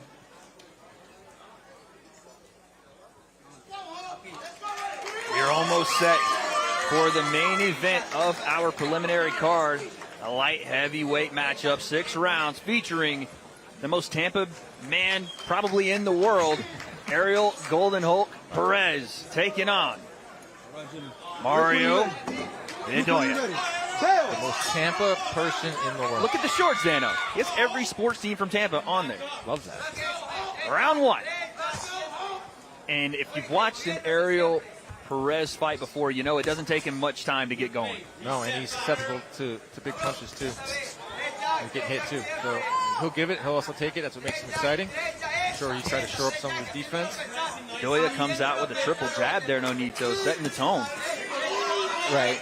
I mean, you can see with Perez, the way he throws his punches, his chin is up there still, you know, instead of tucking them in. But he does have a lot of power when he throws his combination. But that in itself could be an opportunity for Bedoya. Bedoya is coming off of 2 first-round stoppages himself. So you can't overlook Bedoya. Bedoya can fight. Mexican, too. So come on. A lot of these Mexican guys can fight. I believe so. Listen, Ariel Perez might not be tucking his chin, but most fights he's tucking them in, is then putting them to sleep. And he's 6-0 with 4 KOs. Good double jab and a straight right hand coming from Perez. You know, it's a good setup. We like to see that from him. Nice chopping right hand there. He's trying to throw going backward, but like you said, Nonito, that chin stays up and he stays on center line. Got to be careful there. Keep an eye on that short right hook from Bedoya. He landed a nice little short hook in an exchange before. There's a right hand that hurts.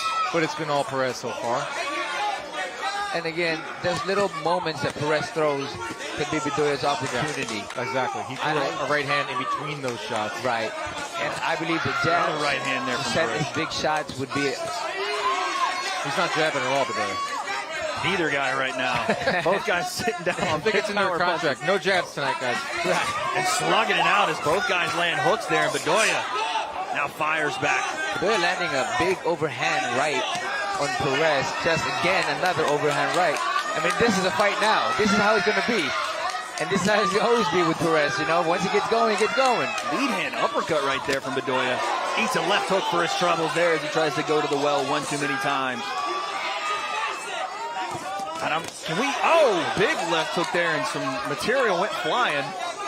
Can we keep this pace up for all 6 rounds, guys? We're going to find out. That's the beauty of Hulk fights. Anything can happen in a Hulk fight. Hulk smash. I was going to say he's looking to, but as this round has gone on, you've seen both guys maybe taper that output a little more, but big right hand there. Straight right hand by Perez. I mean, this is what he does. Once he gets going, he just goes, you know, and sometimes the defense gets thrown away. Yeah, Bedoya is doing a pretty good job of surviving this round. He has to kind of hope that Perez punches himself out a little bit to get back into that fight. Solid, sneaky short right hand there from Perez. Definitely a clear 10-9 round for Perez. Good overhand and a hook and a straight right hand coming from Bedoya. Bedoya's coming in right now. But Perez coming in with the 1-2 that lands and rock Bedoya.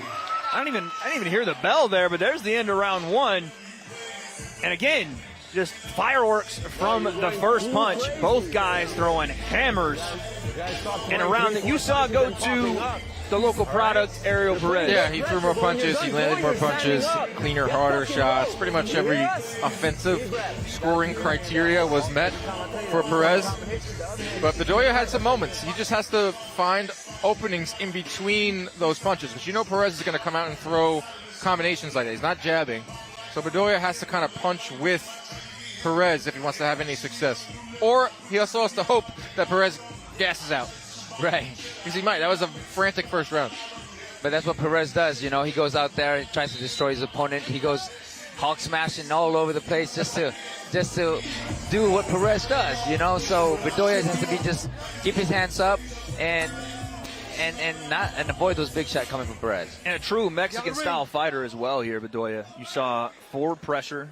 You saw him put his head right in Ariel Perez's chest and try to keep that pace. And I do think that is a part of the strategy here, is to hope that the big man punches himself out of it. It's one strategy you can certainly employ. 2-1 right there. And here comes Ariel Perez. And a right hand. He said, you know what? Yeah, I can keep this pace up, and I will. That was beautiful, though. He jabbed to the body, and he went upstairs and downstairs, and that's why he was able to set those big shots up. You know, and he needs to do more of that. How about another 2-1 right there? Again, most people don't see that combination. A 5-piece nugget right there. Bedoya is switching left and right to confuse Perez. It's just that Perez is first every time. In all these combinations, Perez is the first one landing. Bedoya is reacting to everything. Good jab. So I was going to say, you're seeing Perez use his jab here in the second round. A lot of improvement from the first time we've seen him. A lot of improvement coming from Perez. Those power shots, combinations. That body shot stopped Bedoya dead in his tracks. Great work here in the second round from Ariel Perez. Bedoya looks to try to turn the tide there with some body shots of his own, but eats a jab for his troubles.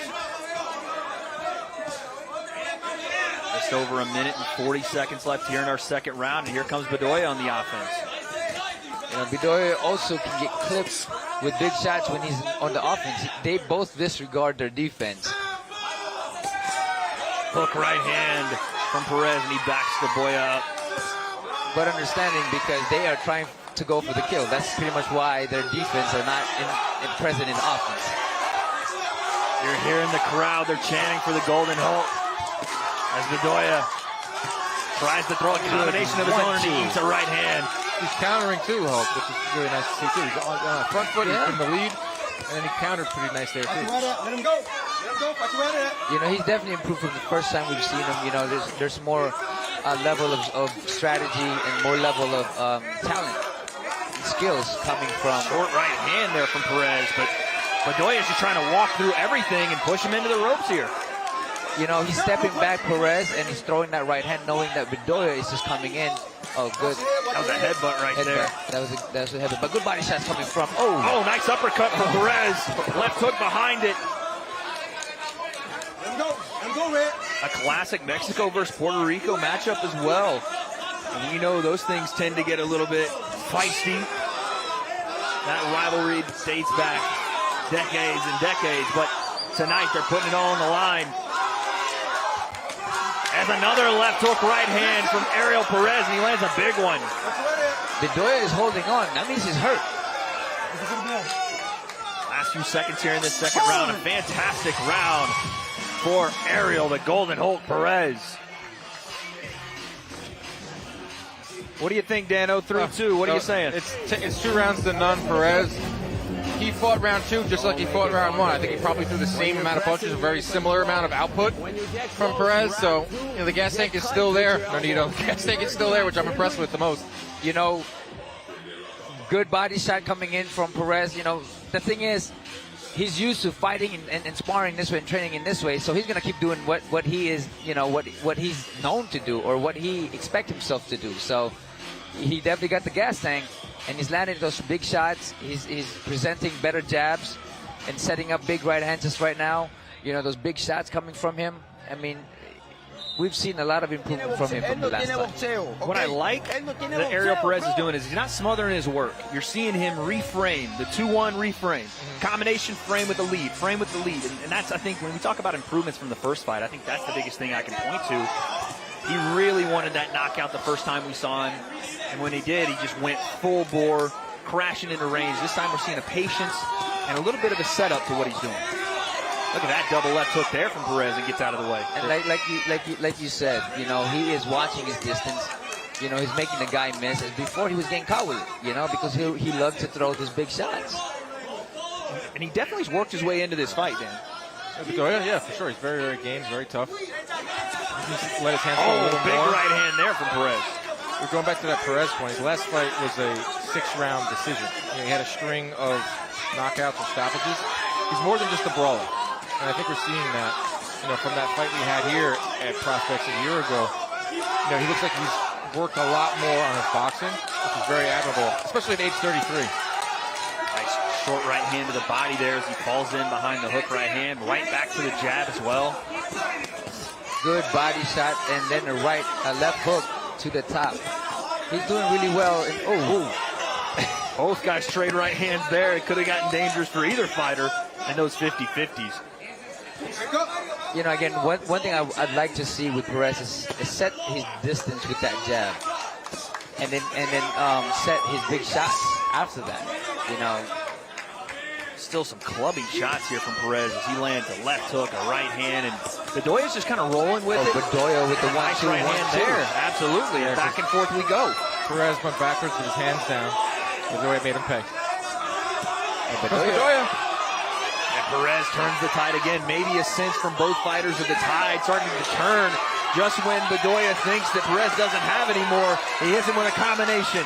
Good body shot, body work for Perez and mixing it up. Oh, big good left hook, but set up with those 2 body shots and went up to the top with the left hook. What in the world is Bedoya made of? Because he just ate it and looked at him. Mexican. They're tough. We know this. They got the Homer Simpson head. Goodness gracious. What a shot. And what a round here for both fighters as Bedoya continues to stay in the pocket as the sweat and potentially blood flies off both fighters right on our lap here. Hey, you gotta give it to these guys, man. They're throwing bombs, they're throwing a lot of shots, and they're still going. We asked about it, Nonito. We said, can they keep this pace up? And they absolutely have. Absolutely. There's Perez on the front foot, walking Bedoya into the corner. There's Bedoya firing back, and again, back and forth combinations from both fighters. Oh, short right hand, left hook from Bedoya. And Perez, he's turning into the Hulk when he's not caring about his defense now. You know, he got hit with some big shot, he got hit another big shots. You know, but what a round! And again, Bedoya finding success in moments where I do think that Perez still is leading the dance in this fight. You're starting to see Bedoya turn the tide just a bit, Flash. Just a bit. Go baby, go baby. Well, I think, you know, exhaustion might be key into why they're getting hit those big shots too, you know. A lot of it, especially stuff like that right there, Dan. I didn't give Bedoya that last round, but he is game. He's very game in this fight. Perez has a few lapses on defense, not as many as we've seen in the past. You know, when he has his hands down or when he's taking a little bit of a break, Perez, Bedoya steps in and lands something. So that was a very competitive round, but I still have it 3 rounds to none for Perez. As we get set for our 4th round, again, we talk about the pace of this fight. A little respect there shown from both fighters. I think they both earned it out of each other in these first 3 rounds. You do wonder, Golden Hulk just came out of a 6-round decision. He knows how to go the 6, but he's got a live fighter in front of him, and he continues to fire off with big shots in the corner. Right hand. He's got in the corner here. And Bedoya's going to have to fight his way out of the corner. Another short right hand there from Perez, and it goes to the body. Corner asking for Hulk smash. Good mixing it up, but Bedoya again coming back when Perez. Oh, and a right hand left hook from Bedoya. As he tries to turn the tide, but Perez back on his jab. Looks to circle, keep himself safe. There's a nice lead hand from Bedoya. I just got a bunch of sweat on my face right now coming from these guys. Would you rather sweat or blood? This is say sweat. In Flash, we've seen some massive punches from both fighters, especially the Golden Hulk, Ariel Perez. What goes through a fighter's mind when he throws a punch like that, one of his hardest punches, and a fighter still stands in front of him? That depends on who's fighting. You know, for me, I just keep breaking them down. Well, other people will question it, right? Like, what the heck is going on with this guy, right? So for me, I just go out there and then just keep cracking the rock until it breaks. Looks like that's what the Golden Hulk is trying to do here, but Bedoya, as game as they come, with about 1 minute and 25 seconds left in our 4th round here. Oh, short right hand there. Great right hand. And he took it. He just ate it. He has walked through every single shot here. The toughness of Mario Bedoya cannot be questioned. You know, one thing I do like about the improvement that Perez is doing is he's going to the body, he's going to the head, he's mixing it all up, you know, and just that Bedoya is just one of those guys that you have to really break him apart in order for him to go down. There's a right hand. He set it up with the jab, you know, like we were talking about, he'll paw that jab, he'll push him off with that jab, and then he'll set that right hand just like that. The right hand's going to come up after that. 35 seconds left here in this fourth round. You know, it's the old adage, Nonito. Sometimes you have to nail a guy to the canvas before he'll give up. And there's another right hand off the left hook from Bedoya. And credit to Bedoya for his toughness, but Ariel Perez has been hit with. There's another big shot there. He's looking to tee off. I think we need an umbrella here somehow. Yeah, it's raining here inside the Carib. Bedoya, man, going in there, a lot of heart, man. You know, you can't go taking punishment, though. Oh, good one, too. This corner needs to take a look. Oh, my yeah. goodness. I was just going to come to you with that, Dan. What do you think as we get into this fourth round? I mean, the punishment's adding up. He's not winning any of these rounds. They're close rounds. He's game. Sometimes, you know, he's very brave. I mean, it's up to the corner to kind of see what their guy's made of and make a decision. I'm not saying stop it right now, but take a look. That's a lot of punishment he's taking. You know, the most unfortunate thing is the trainers don't really care too much about it because they want their fighters to keep going. They should care. Is that just Nothing worse than a brave corner? Truth, though, Nonito, is that sometimes a corner is just, you know, they've worked so hard, they've gotten to that moment, they may overlook some of those fighter details and go, no, we have to finish this. This is, yeah, especially for Mexican fighters, too. I mean, just any fighter in general, you know, is because in this level of fights, this is their opportunity to show up. And that was a big shot coming from Perez that landed on Bedoya, you know. So this is where the referee and the doctor need to really say, hey, man, this guy's taking so much punishment, he needs to be looked at. See if we get to that point here in our 5th of 6 rounds. Good right hand right off the bat. You know, I think Chris, the referee, is looking to step in a little bit. Well, it's not the chain of command like the corner takes a look. If they're not going to stop it, then the referee will take it into his hands. But, you know, that last round is when we saw Bedoya, like, visually, he took a step back and was like, oh, man. Like, you saw it on his face where in the previous 4 rounds, he was eating those punches a little better. And it's a massive welt under the left eye of Bedoya. So, you know, we're now talking about compromised vision as well. Yeah. And you know, the thing is, these guys are not going to stop. And they take the corner to really understand that, you know. And Perez is not throwing feather shots. He's throwing rock shots, you know. He's throwing big, heavy shots. Beautiful left hook to the body as he steps in there. And you talked about the variety we've seen in this fight. Ariel Perez has shown the jab, he's shown the double jab, he's shown the setup shots, and now it's paying off as we get into this 5th round. I've also been impressed with his output. Yeah, it's gone down a little since those first 2 rounds. That's where, you know, he's fighting at a frantic pace. But he's still throwing, you know, I would say in the 40 to 50 range, which is a really good output for someone of his size. Oh, my goodness. Double hook there again from Perez. Oh, hey, Bedoya coming back with the shift and a left hook. Yeah, but look at Perez answers it right away. That's the best way to stop any momentum. You know that. Of course, of course. Don't give him an inch, you know? Stay right on him. Perez gets right in Bedoya's grill and starts going downstairs to the body, right hand upstairs. Bedoya felt that one and he tries to turn Perez around. My goodness. This is a fight of heart and will at this point. Rock'em sock'em, baby. Rock'em sock'em. Your turn, my turn. Let's go. Right here. Oh, big shots coming from both guys.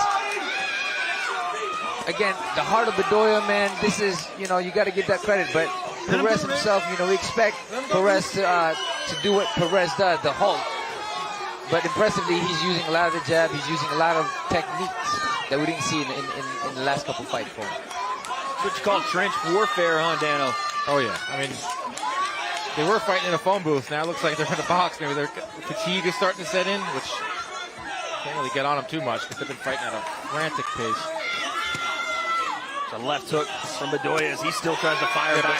Just look at the crispness of Perez's punches compared to Bedoya's. I was going to say, that right hand just continues to find a home in a big way. Bedoya's punches are arm punches because his legs are just not there anymore.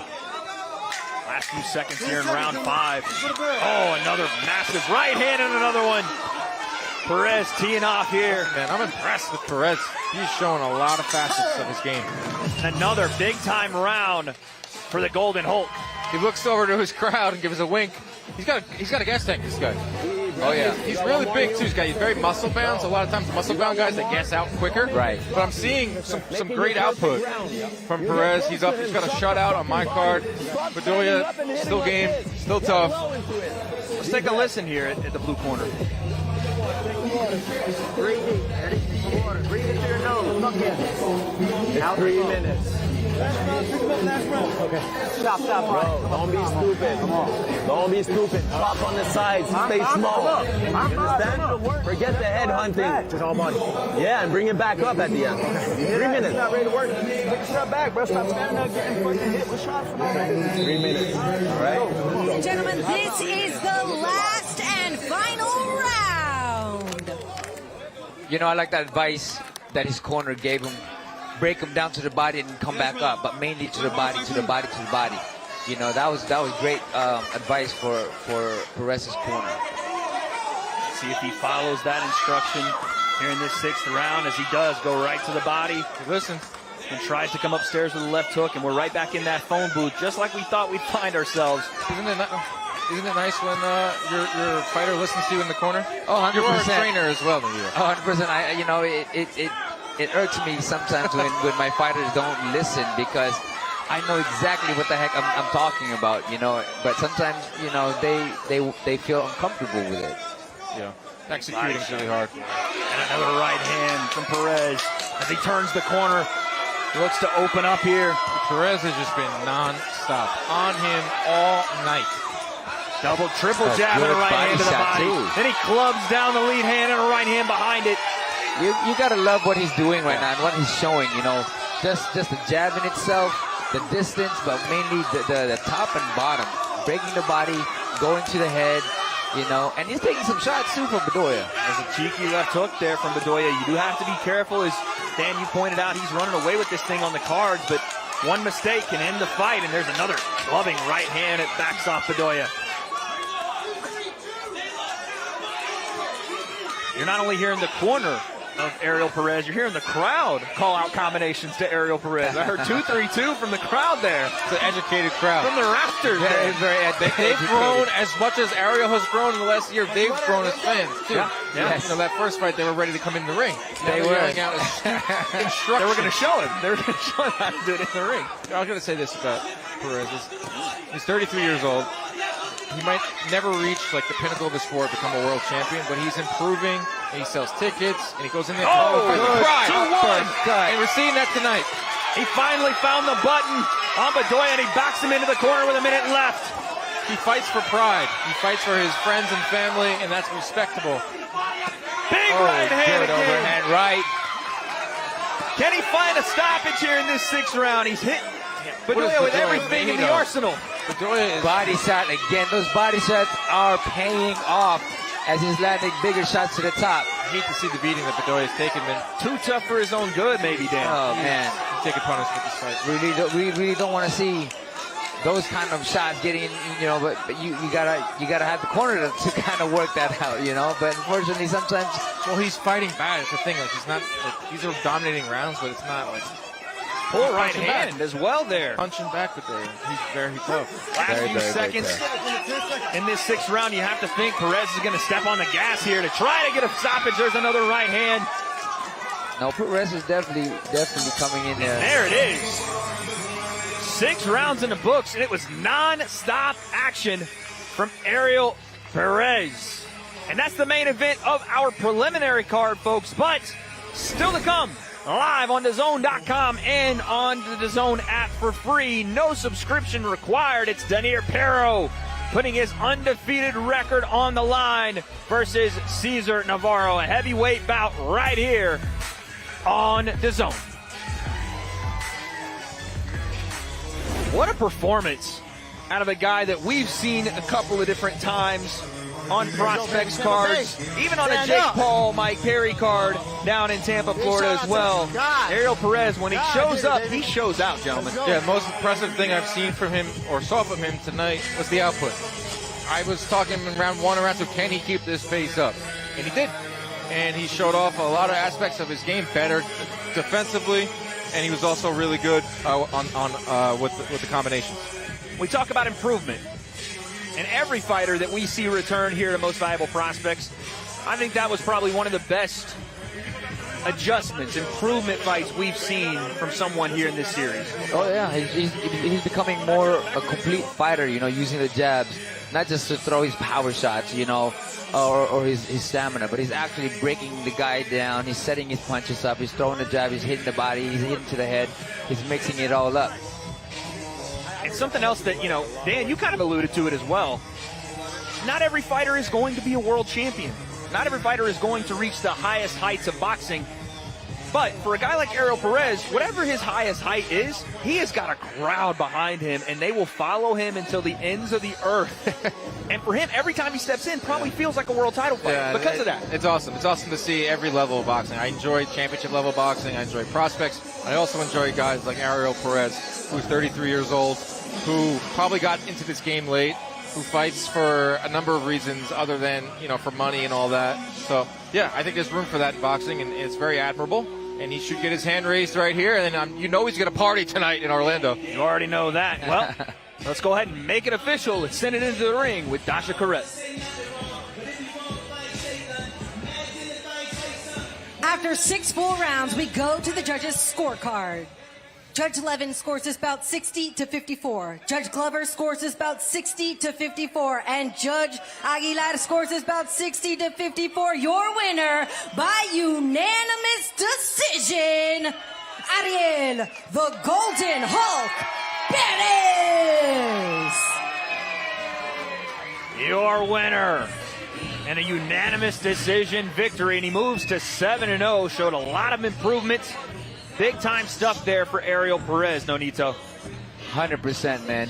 Just the overall thing that he did, you know, the jab, the body, just the whole mixture, and just calming everything down sometimes when you need to. But, you know, Bedoya was one of those guys that just, you got to break him. Couldn't quite get that stoppage, but my Lord, I mean, what else could he have done? I don't know that there wasn't a shot he threw, Dan. He threw every punch in the book.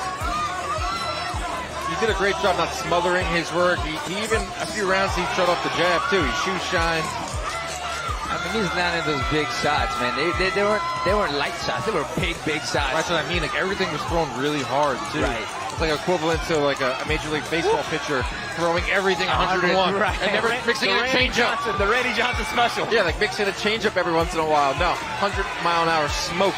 And those are very, very exhausting, man. As a power kind of guy, I love the power. And it tires the heck out of you, you know, especially when you're throwing power throughout the whole time. It definitely does. One man that's tired, but he's the victor, is Ariel Perez. He's standing by with Sibley Scholes. All right, we are here in the ring. You know I had my white on thinking I wasn't going to get dirty or anything, but I have the whole sweat happening right near.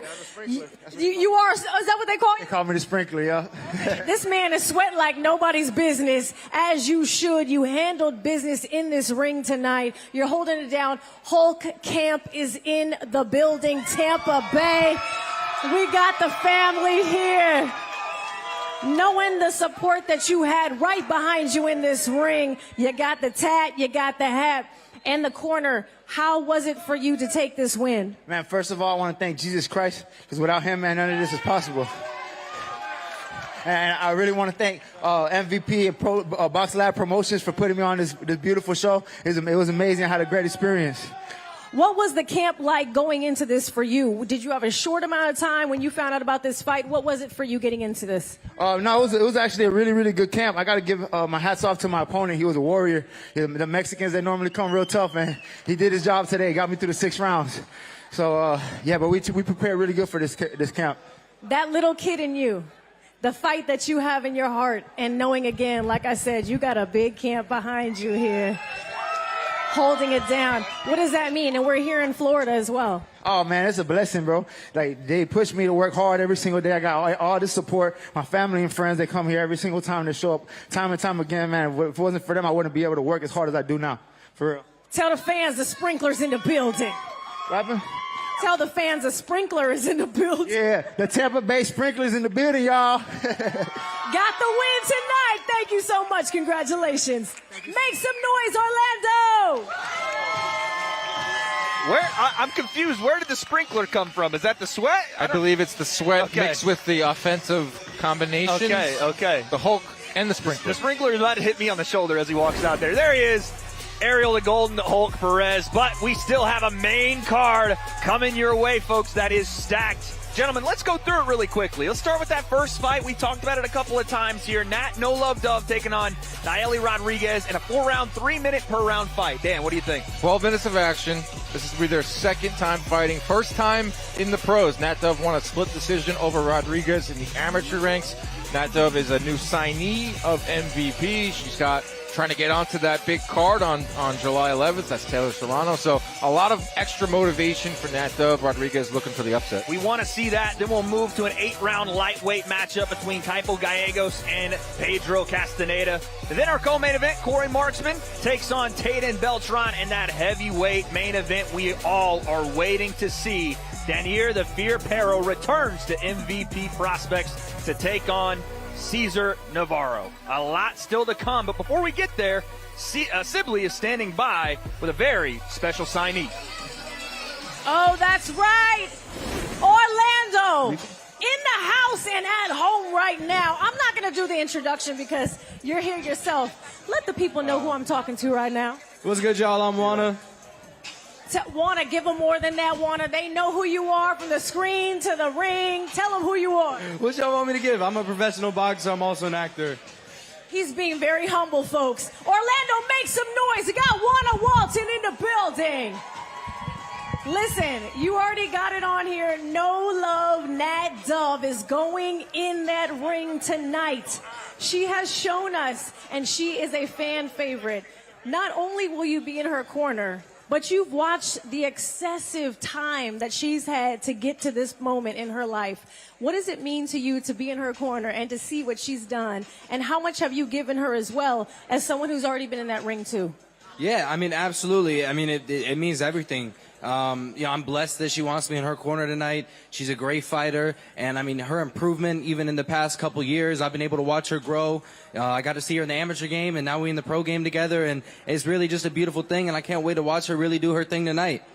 Y'all got to go to their social media because they went and ate like snacks before the fight. And people think fighters can't have anything but water or nothing at all. How cool is it to have those moments? Because again, you know it, she knows it, but it's a fun time for you guys to get together. And again, check out their socials. How was that with her? It was amazing. You know, like when you have moments like that, there's nothing really like it. It's super fun. And you know, after weigh-in, of course, you got to stack up on some snacks. You know, how can you not? Like, you gotta get the bulk going after weigh-in. But outside of the ring, me and her are super close, and you know, I love spending time with her. And yeah. Lastly, really quick before we get back to the guys, there is a major fight going on, the Trilogy in MSG. It's a women's full-on card. We have got Amanda Serrano, Katie Taylor doing their Trilogy. When you are in the ring tonight, in that corner for someone like No Love, Nat Dove, to just have that, you know, support, what does that mean to see those women on Most Valuable Promotions, everything that Jake Paul and Nikisa Badarian is doing here? I mean, it's really such a powerful thing. You know, the women's boxing space has grown so much. And the fact that Katie Taylor and Amanda Serrano are fighting again, I'm so excited to see that. I'm going to be there in person, and I really can't wait for that night. And, I mean, just the impact that women have made on boxing so far has been phenomenal. It shows that they can hang with the men, and what they're doing is really just special. Juana, tell them what we need to watch tonight. What do we need to watch tonight? With Nat Dove, No Love Dove, and her opponent. I'm very excited about that. Y'all got to tune in for that one. I keep putting him on the spot, people. Stay tuned right here. We're on DAZN. It's happening in Orlando, Florida. This is Prospects 12. We'll see you in a bit. That fight is coming up as the first fight on our main card. And speaking of that main card, we have a stacked one, including our main event. It will be live and free on DAZN.com and the DAZN app, folks. Do not miss Dainier Pero, 10-0 with 8 knockouts, defending his Continental USA heavyweight title versus Cesar Navarro. That's live and free on DAZN.com and the DAZN app. Folks, we will be right back with that main card.